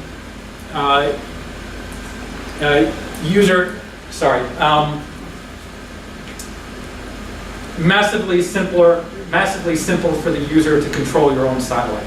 Okay, everything's visual, everything's intuitive, massively simple to train, and this is an important bit, train the operator for that satellite. So instead of memorizing every single one of those telemetry terms, you can just look and see what's damaged, and you can look and see what's affecting it, and get suggestions for the type of defective correction you want to make. Now, on the back end, there's world-class artificial intelligence that's able to track cause and effect of the damage of your satellite as it cascades through your systems. And this is important. The stuff on your left is an actual solar flare. All right, this is the 2003 space weather event. And the graph on the right shows the output from the model, which is recreating based on all the interior systems of the spacecraft. It says, based on that model, this is the cause, the root cause of the problem. So we're able to go backwards into your system, and what that shows you is that the models for cause and effect are dead on accurate, right? Our stuff works. Okay. So that gives us a couple of unique advantages. 2 minutes, thanks. We are the first in the world who's able to model cause and effect on spacecraft in this way. There are other really good research groups looking at this, but the difference between them and us is you don't need to retrain the models with our software. You typically have to retrain with others. They're time invariant solutions, so you model it once and then 8 years later the model should still be accurate. Okay, and we've tested that out. All right, now a lot of that big statement there, so I'll tell you a bit about us. We're a small company, we pack a lot of technical punch. We've got folks who worked on the Hubble Space Telescope, software engineers from the ISS. We got 2 PhD graduates from the robotics lab out of the University of Sydney, and we got decorated officers from Army and Air Force Space Command. We got an R&D lab out in Sydney, and this is where we talk about using the product as a service, the packaging as part of the Responsive Space Operations Center. We have one out of Sydney, we've got another one out of Boulder, Colorado. And we're starting to get a whole bunch of customers on board for both purchasing the software to use yourself or for using our operational service. So if you don't want to do ops yourself, you just want to engineer a satellite, give it to us, make sure that your satellite is very well taken care of. Okay? And it's an exciting time for us because we're about to release the software for an academic license. It's our first release for it. So if you want to understand how your satellite's working, if you want to teach all the mechanics to your students or satellite systems, or if you want to control your own student satellites, this is what you really need. We've got a pre-sale at about $80 per license per semester. We got that sale going just over the next month and a half, right? So get on it. Okay, so 7 minutes is a long time. Sorry about the video. Oh, we got it. Do we want to watch it while we ask questions? Yeah, sure. It's 2 minutes. Yeah. Okay, so once the video plays, we've got time for a question or two. Or watch a video. This is more interesting. Is there sound taking order to talk to it? Yeah, okay, so, oh boy. Sunspots data feed, we're talking TIC data, so we got the same data feed that the Australian government gets. So you're looking at radiation storms and radio blackouts. This is really just space situational awareness type stuff. This video is about a minute and a half, by the way. We got about 150,000 stars from the Hipparchus catalog embedded in there. So if you want to do simulation work for attitude control, or you want to look at your thermals, you can do day-night ray casting straight from the graphics unit of your CPU. You've got overcast information right there, so that's by ground station. So each one of these rows is a ground station that you have under your control. And there's just some fairly pretty graphics right there, just showing the magnetic field models and the electron content. So what this is telling you, if you do have a defect and you're not using the full autonomous diagnostics, you want to do it yourself, this is showing you'll have the data sets available, judging from where your spacecraft is. We're also throwing in elevation terrain data, so if you're doing any sort of remote sensing type work, we have that information for you as well. Okay, so what's really interesting to you should be looking inside that satellite, and there you go. You can open it up, you can look inside the guts, you can identify any sort of a subsystem that's damaged, and there you go. There's your solar flare taking into effect.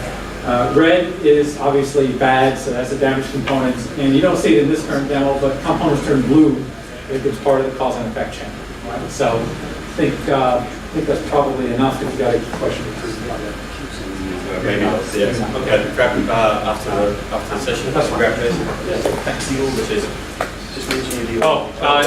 We also have the deorbit tether that's been flight tested on parabolic flight under the NASA Flight Opportunities Program. So being required to put a deorbit tether comes in here as well. Thanks.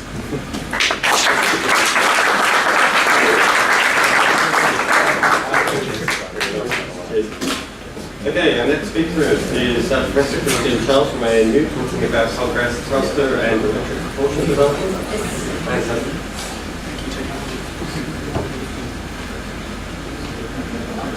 Okay, so I'm from the Space Plasma Power and Propulsion Division at the Australian National University. I'd like to talk to you briefly about development of Australian cold gas and electric or plasma thrusters for CubeSats. Actually, we are more known for the Helicon double layer plasma thruster, or Australian plasma thruster, which was the start of the Wombat XL and IITC presentation that Mike showed a few minutes ago. So a few years ago, we realized that to have more launch opportunities, it would be better to design a smaller thruster, and this is Pocket Rocket, a small radio frequency micro thruster. So we want to have it as low cost, very safe, low power green propellants, and it works with a few tens of watts, and the pressure in the plasma cavity, so the plasma is a hot ionized gas, the pressure in the plasma cavity is a few torr, so effectively it's an electrothermal thruster. What you do is you put the propellant through, you ionize this propellant, and with the ion neutral collisions you heat this propellant before it's expelled into space. So the thrust is typically a few millinewton. At the moment, the RF power supply is not available commercially, and so we need to develop this. So Pocket Rocket is typically 2 centimeters in length and just 1.5 millimeters in diameter. So with the rigid structure, it would be maybe like an ear plug once it's finalized. So you see tiny Pocket Rocket against my thumb here, and you see the plasma plume exiting there.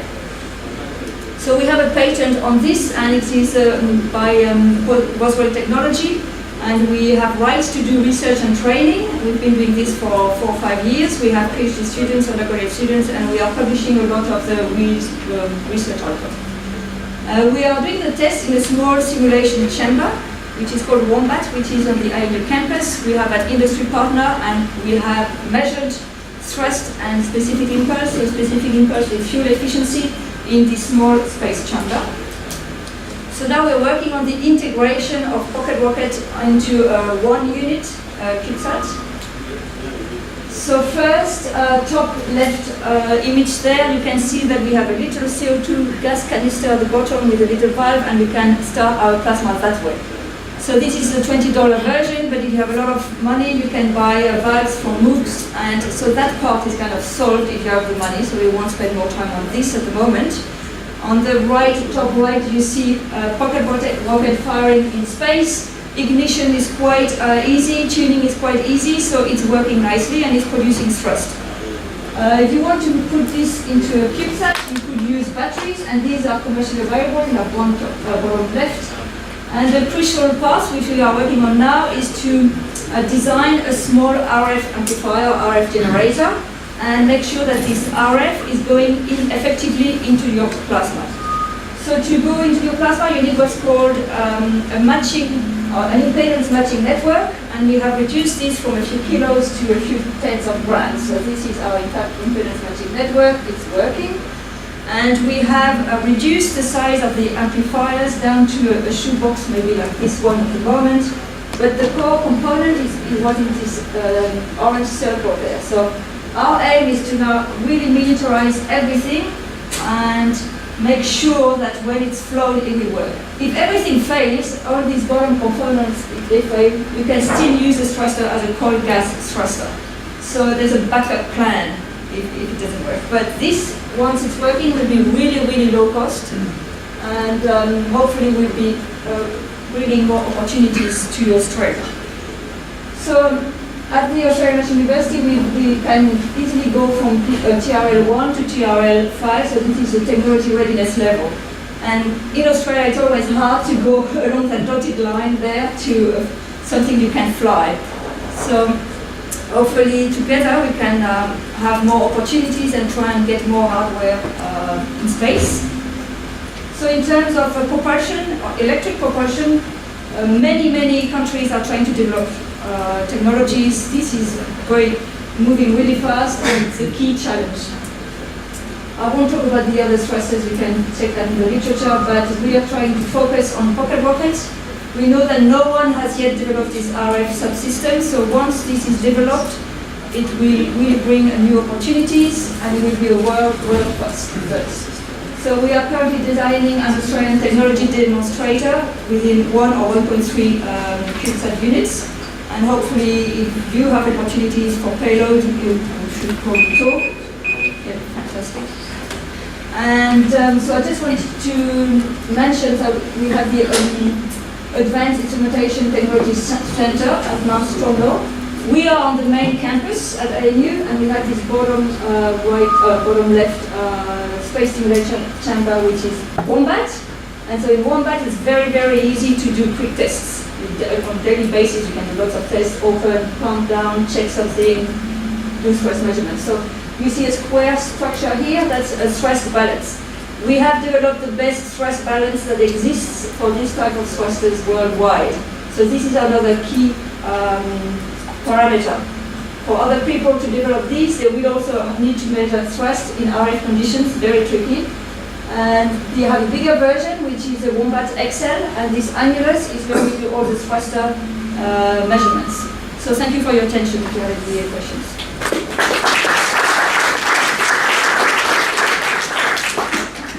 Time for a question or two?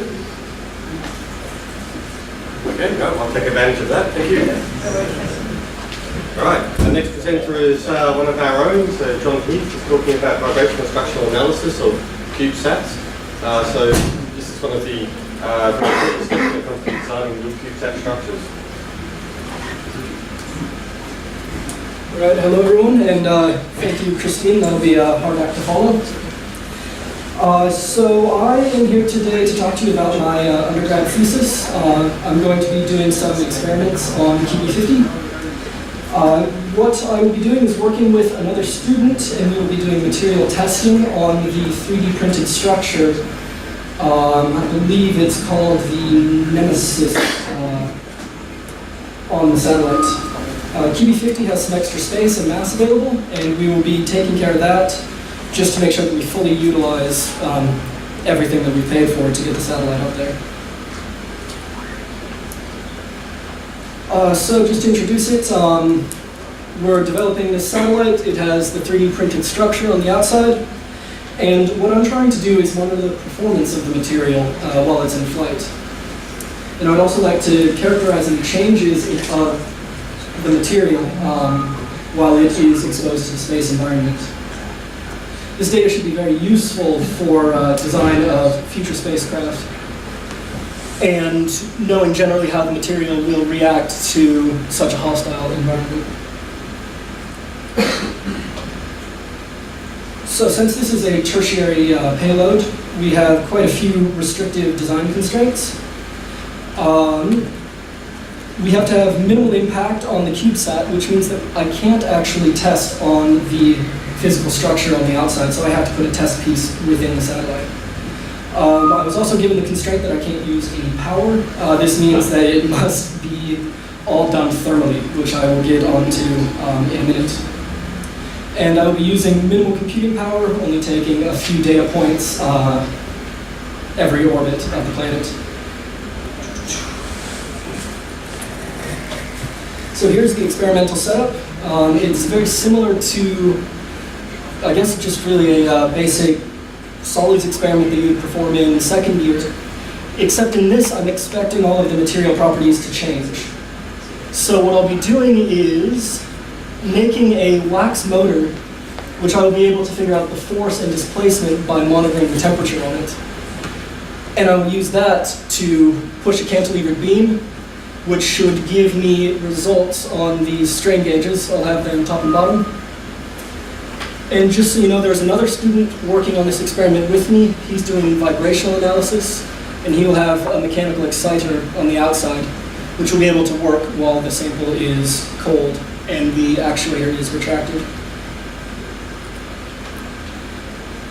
What I'm expecting to get right now, I would like to find the changes in Poisson's ratio, the elastic modulus, and the shear modulus. I'm looking into other properties that may change, but right now I'm really working on getting the experiment going and space ready. And I believe Marty is working on a few other things, but I would let him discuss that. So what is the significance of this? Well, it's a novel experiment. As far as I can tell, nothing quite like this has ever been done before. There were quite a few experiments done by NASA that monitored materials, but they did all of their testing on Earth rather than actually stressing it in the space environment. And I will generate data on this new material and hopefully help with future structures that go into space, as PEAK is a very attractive material.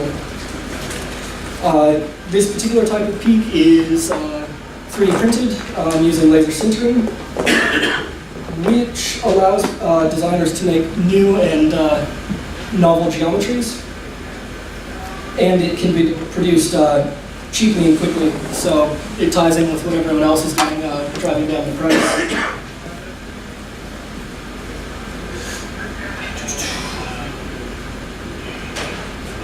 And then what future work have I got to do? I just need to finish up with the wax actuator. I need to determine how it will function in the temperatures that we expect,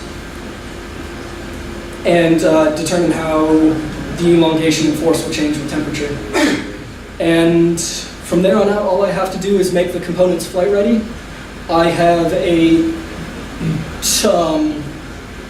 test actuator that I have almost ready to be tested, and about 2 months to get a flight ready system ready. So hopefully, God willing, it will be going up on the QB50 in 2016.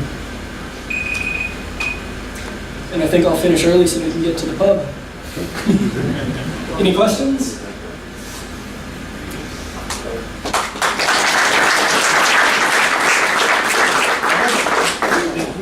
Okay, our next speaker is also our timekeeper, so this is where it may go horribly wrong. I'll set it all on for myself. Okay, right. So we've got Tien talking about work that he did for his undergraduate thesis on constellation design. This is for a very specific constellation to take measurements from ADS-B signals produced by aircraft, so we can track aircraft over the oceans, which is becoming ever more topical. Thank you. No worries. Before I start, I'm just going to sacrifice some of my 7 minutes to do a shameless plug for Cubesat, which unfortunately didn't get representation here today. What I'm holding is actually the first prototype of the onboard computer of the bus that we're developing. So Cubesat, in the background of what AXA is trying to achieve with QB50, is actually going forth and trying to create its own bus from scratch as an educational exercise to help undergraduate students develop and understand the satellite system. So if you have any questions about this, feel free to come and ask and actually have a look at the bus as well. It's not a flight model, so I'm happy for it to be touched and whatever. Anyway, that's the thing. So on to the actual presentation. Now, the whole point of, and this became particularly topical when the Malaysian Airlines flight MH370 was lost, was that we have no way of tracking aircraft when they go over our oceans, at least in a reliable manner. And so the idea to try to solve that issue was to use, in particular, CubeSats to track those aircraft, since a new technology that I'll talk about a little bit later on in my presentation was introduced into the market as a mandatory technology for all aircraft to fly. So as an introduction into what the technologies currently exist, we currently use sort of 2.5 methods. The first is ADS-B or SSR, and those are very much the traditional radar technologies. In SSR, we interrogate the plane, and then the plane responds back with a message saying, this is where I am, this is who I am, and I'm not currently crashing into the ground. The mobile data link is something that is used by more commercial airliners and isn't in fact in every single aircraft. So this is what happens when a Qantas 787 buys a mobile phone, a mobile satellite phone rather, plugs it into a modem and then uses the modem data to upload that to the internet. And that's how commercial aircraft are able to track each other. But ADS-B is the one we're particularly interested in because in America, in Asia, and in Australia, it is being mandated as the primary and mandatory method by which aircraft by which aircraft report their status. Now, the issue with ADS-B, so firstly how it works. ADS-B relies on ground antennas that act as clients to how, when the airplanes go overhead, they continuously broadcast all the information about where they are at the current point in time, and then that goes into these reception antennas, which then get transmitted via a ground data link to some air navigation service provider, some aggregate center that puts all of that data together and displays it for us. The issue is that we can't place these ground antennas over oceans, or over desert where it's hard to get a power line out, or over basically any piece of land or water on Earth where it's hard to get infrastructure out. And the problem is when you look at the most popular aircraft lines and the aircraft navigation routes around the world, you see that a fair chunk of them actually happen over water. The one that's one of the most highly populated corridors in the world in terms of international flights is hopping over the transatlantic flights between America and the UK. And when we compare that to, on red there, showing all the areas that don't currently have ADS-B coverage, we see the problem of airplanes not being able to track, not being able to be tracked. And this, of course, contributed to the MH370 problem because it essentially disappeared over, if I can understand how this works, it essentially disappeared over one of these red regions over here. So, the concept of the research that I went to was using satellites, small satellites, as a relay station, as shown by the crude MS Paint drawing that I have up on the slide there. The plane would transmit and point its ADS-B antenna up into low Earth orbit. That data would be aggregated by a low Earth orbit satellite, which would then transmit that data down to an Earth ground station. And if we put these satellites into a constellation, and an example of which is shown on the board, that's the Iridium constellation, we're able to try to simulate global coverage, if not coverage of at least the problem areas where we don't have enough coverage of the oceans for those transoceanic flights. So after doing research into varying the various parameters that you see up in the slide there, and simulating various flights, all of those transoceanic flights in Systems Toolkit, we came across this satellite constellation as the most optimal in terms of brief parametric studies. So we have 3 planes of satellites. In each plane there would be 6 satellites at an approximately 700 kilometer altitude, and each of those planes would be inclined at 60 degrees and then equally separated out apart from each other. These results are available online and in a journal whose name I forget at the current point in time. If you see me afterwards, I hope you Google it. The results that came out of this when I applied it to the MH370 test case was that during its time from liftoff from Kuala Lumpur to when it disappeared, we would have had 20 discrete data points of where the plane would have been. As it was, we lost track of the plane over that particular waypoint over there.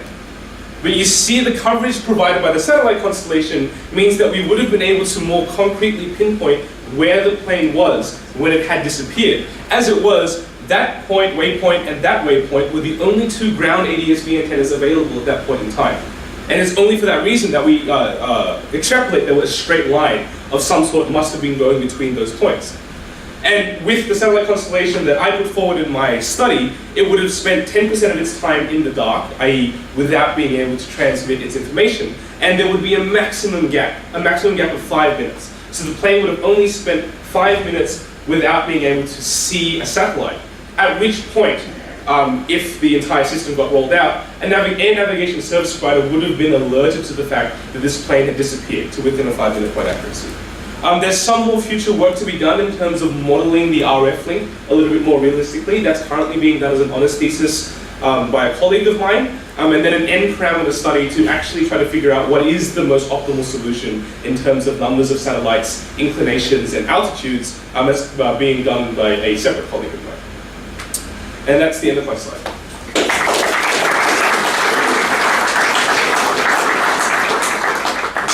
We have time for possibly one question. Or not. Yes. What size are these satellites?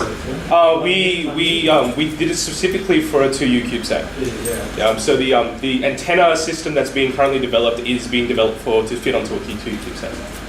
As a bit of background, GomSpace have launched a satellite called GomX, which receives ADS-B signals to format as a deployable antenna. So this is being demonstrated in orbit and it is feasible. Okay, thank you. Now, our next speaker is Andreas from University of Newcastle, who is talking about his adventures into CubeSat design and build. Where I am. And I'll try and be quick because it's been a long day, probably all tired. Basically, I'm Andreas. I'm from a small coastal village of 300,000 known as Newcastle. I'm here today because of a project that I've been doing for my electrical engineering final year project. And basically, it's focused around really affordable CubeSat hardware. The motivation has come from basically this entire movement and why everyone's here, to make it as cheap as possible. But it's got a bit of a twist. It's not your traditional hardware. I'm a single-man team at the University of Newcastle, just like Stuart. Yep. So basically, what I've been doing is I've been working on a power supply module, a telecommunications module, and a processing module that are conforming to the CubeSat spec. But what we're doing is, what I'm doing is, I'm focusing on a part of the market which hasn't been touched yet, and it's the intermediate market. It's not a final solution. It's basically in the middle. It's an educational platform, and it's basically centered around designing the hardware so that young students and hobbyists can get involved in the industry.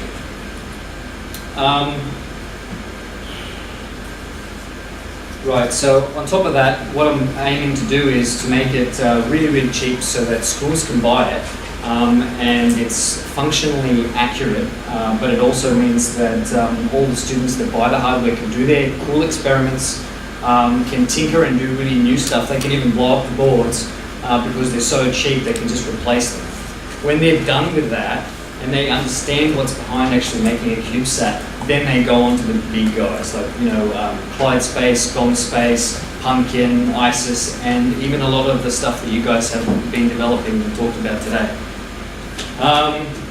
So what else? When I said that they were as functionally capable as the commercial models, what I mean is they still have all the functions. Like they provide a extensive amount of primary power rails, the battery charging from solar cells. There's multiple communications methods and packet processing that's all built into the designs. And there's a basic microcontroller interface that basically is as simple as possible for students to get involved with. To build it, I've basically taken on the CubeSat philosophies as a whole, and these are some of the things that I've come across to try and make it as cheap and as robust as possible. Basically, firstly, I like to provide as many useful voltage rails as possible. So I've got 3.3, 5, 12, and primary battery bus, which allows for a lot of flexibility and a lot of freedom of modules. There's so many different modules on the market at the moment. The microcontroller actually comes in two flavors. It allows for either an MSP430 by Texas Instruments or an ATmega. What this means is that students aren't familiar with C programming and stuff like that can interface with Arduino or a Nokia, which basically means that even a high school student could actually get one of these things up and running off the ground. I've tried to remove unnecessary modules and functions that add complexity and cost. So for example, advanced current sensing, advanced voltage sensing and current protection, I've basically made way for that, replaced it with polyfuses, things like that. The kids are going to kill the boards, university students are going to short something, pop it, might as well just get a new one and keep experimenting. And that's the philosophy behind it. Flexible communications, one beacon, one RX, TX, and basically I've used the Texas Instruments family of CC1000. They're practically indestructible and they're really, really easy to interface with. So that makes it, again, easy for students to use. And of course, make it as flexible as possible. I've got headers absolutely everywhere, testing pads everywhere, and every single chunk of every PCB can be disconnected, which means that even if you blow up one of the regulators, you can still use the other voltages on the boards. And then they all stack together to the CubeSat spec, and the students are free to basically go nuts. And future work, basically I need to finish the PCBs and test them. I'm conducting some small-scale trials at the moment, and I'm getting involved with manufacturing. And Revision 1 actually shows promise to be open source, so it would even make it cheaper for schools, especially remote schools that can't even get the stuff. They could probably build them in-house if they wanted to. A lot of the stuff is surface mount, but not QFN package, so not really difficult to solder. So it makes for an interesting building project as well. And yeah, hopefully Revision 2 can actually become a small commercial thing that can be available for purchase for schools around the world. And that's it.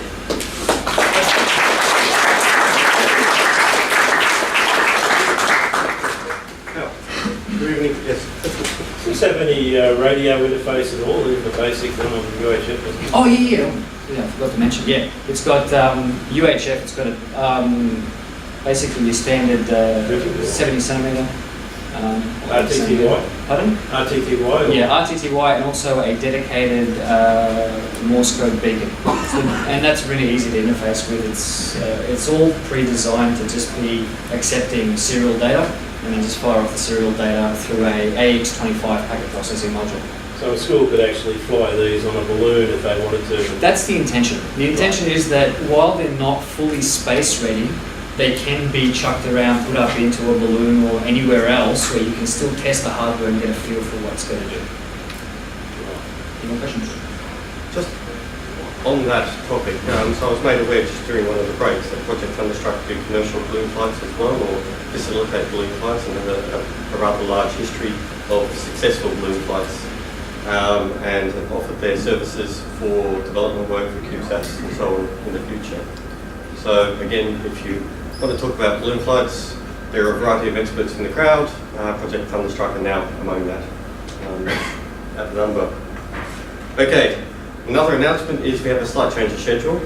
The last presentation that we were going to do this afternoon from Michelle Bolus from ISIS has been cancelled. He's feeling rather sick, apparently, and it's about 4 a.m. over there. So that one will not be happening. So we'll be finishing up with a presentation about pocket cubes from Tom Wilkinshaw, sorry. Don't run off at the end of this presentation. We have some critical announcements, mainly where to get the beer afterwards. So yeah, hang around for that.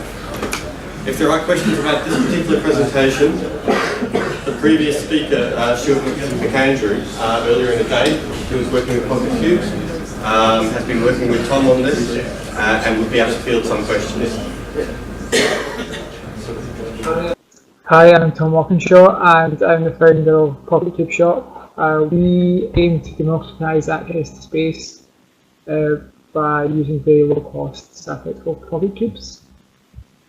There's a few people on the team, but it's mainly myself and Connor Ford. Connor used to work at Spire and worked on a number of CubeSats, and I've worked on a number of Pocket Cubes.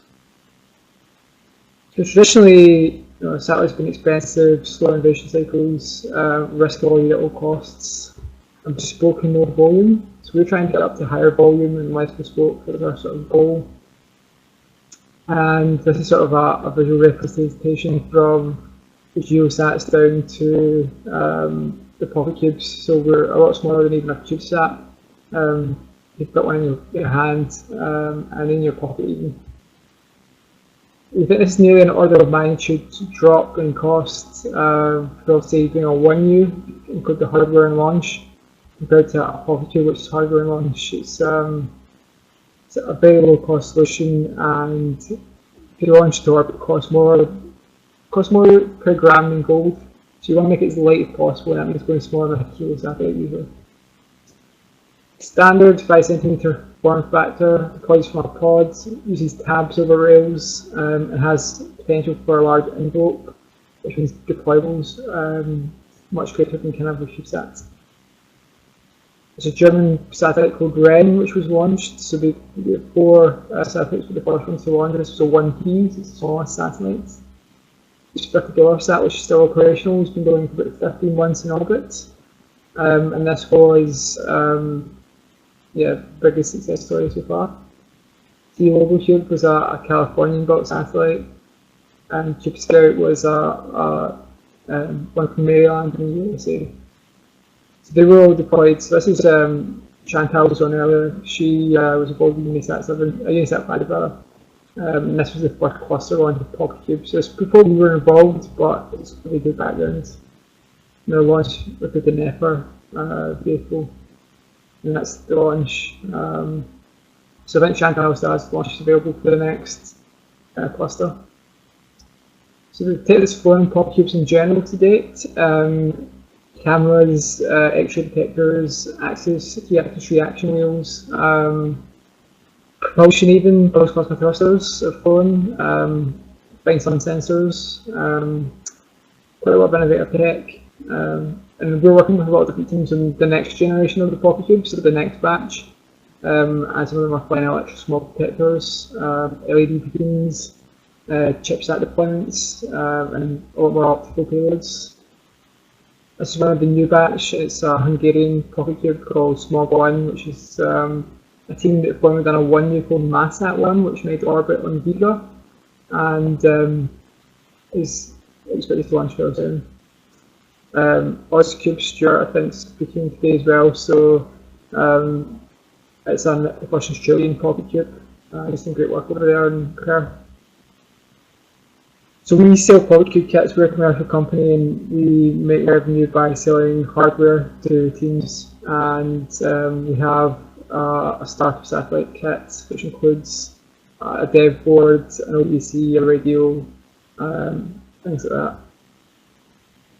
So basically our own computer is the world's smallest commercially available satellite computer. We have had a first order and we're doing a first production run just now.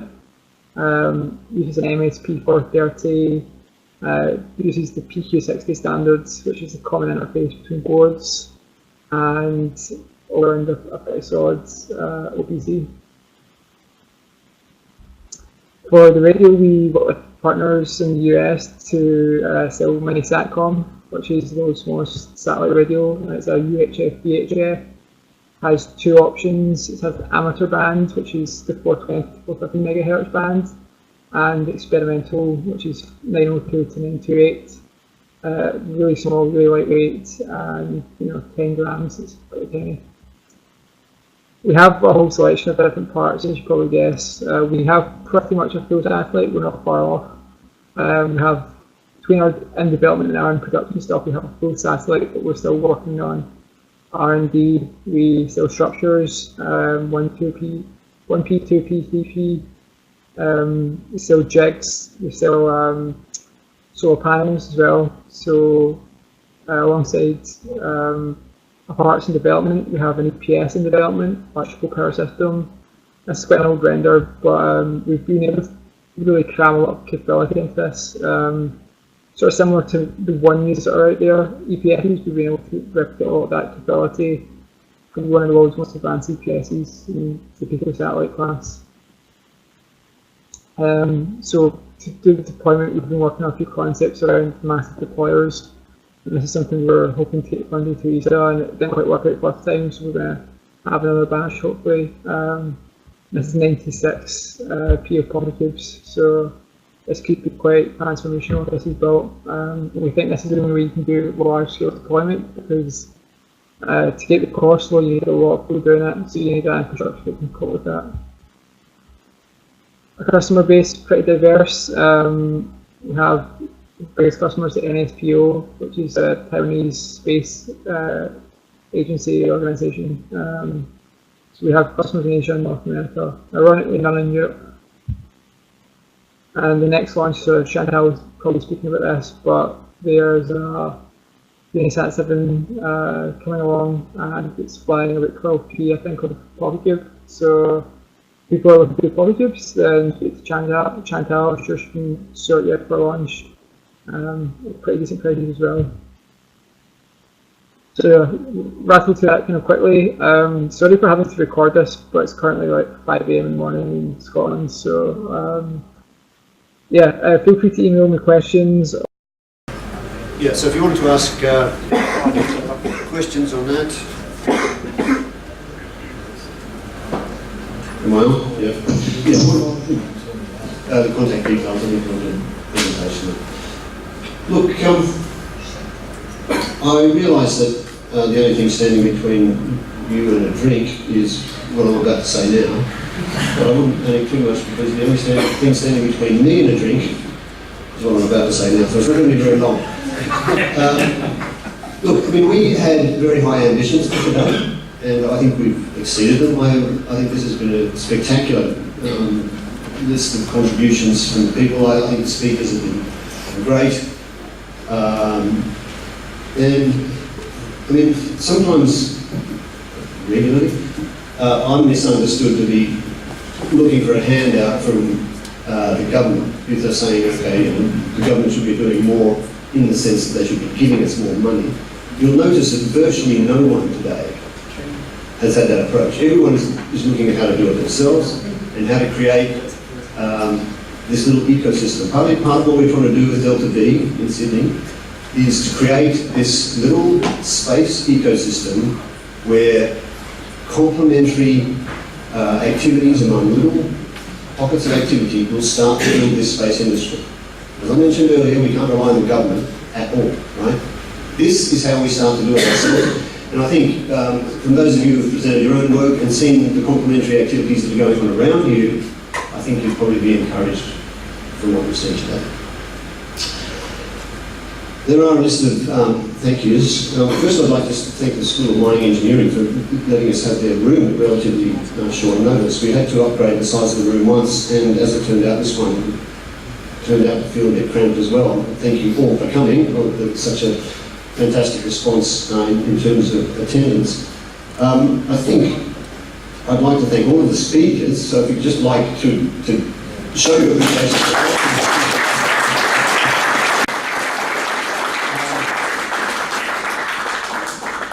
Setting up today was not an easy task. Coordinating it has been very difficult, and that work's gone to Cheryl, so I think you can show some appreciation for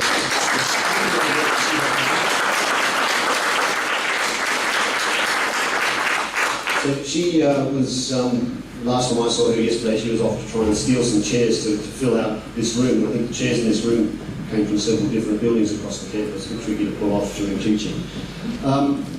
Today we've had presentations from 9 different countries, several of them live, and I think the team that has managed to coordinate that, well, Cheryl coordinated them, but the team that coordinated that work, I think their work today has been, I think the team would be fucking awesome. I mean, seriously, to go as we have done today, pretty much without a hitch, is unbelievable. So, June, Jen, Tim, Sana,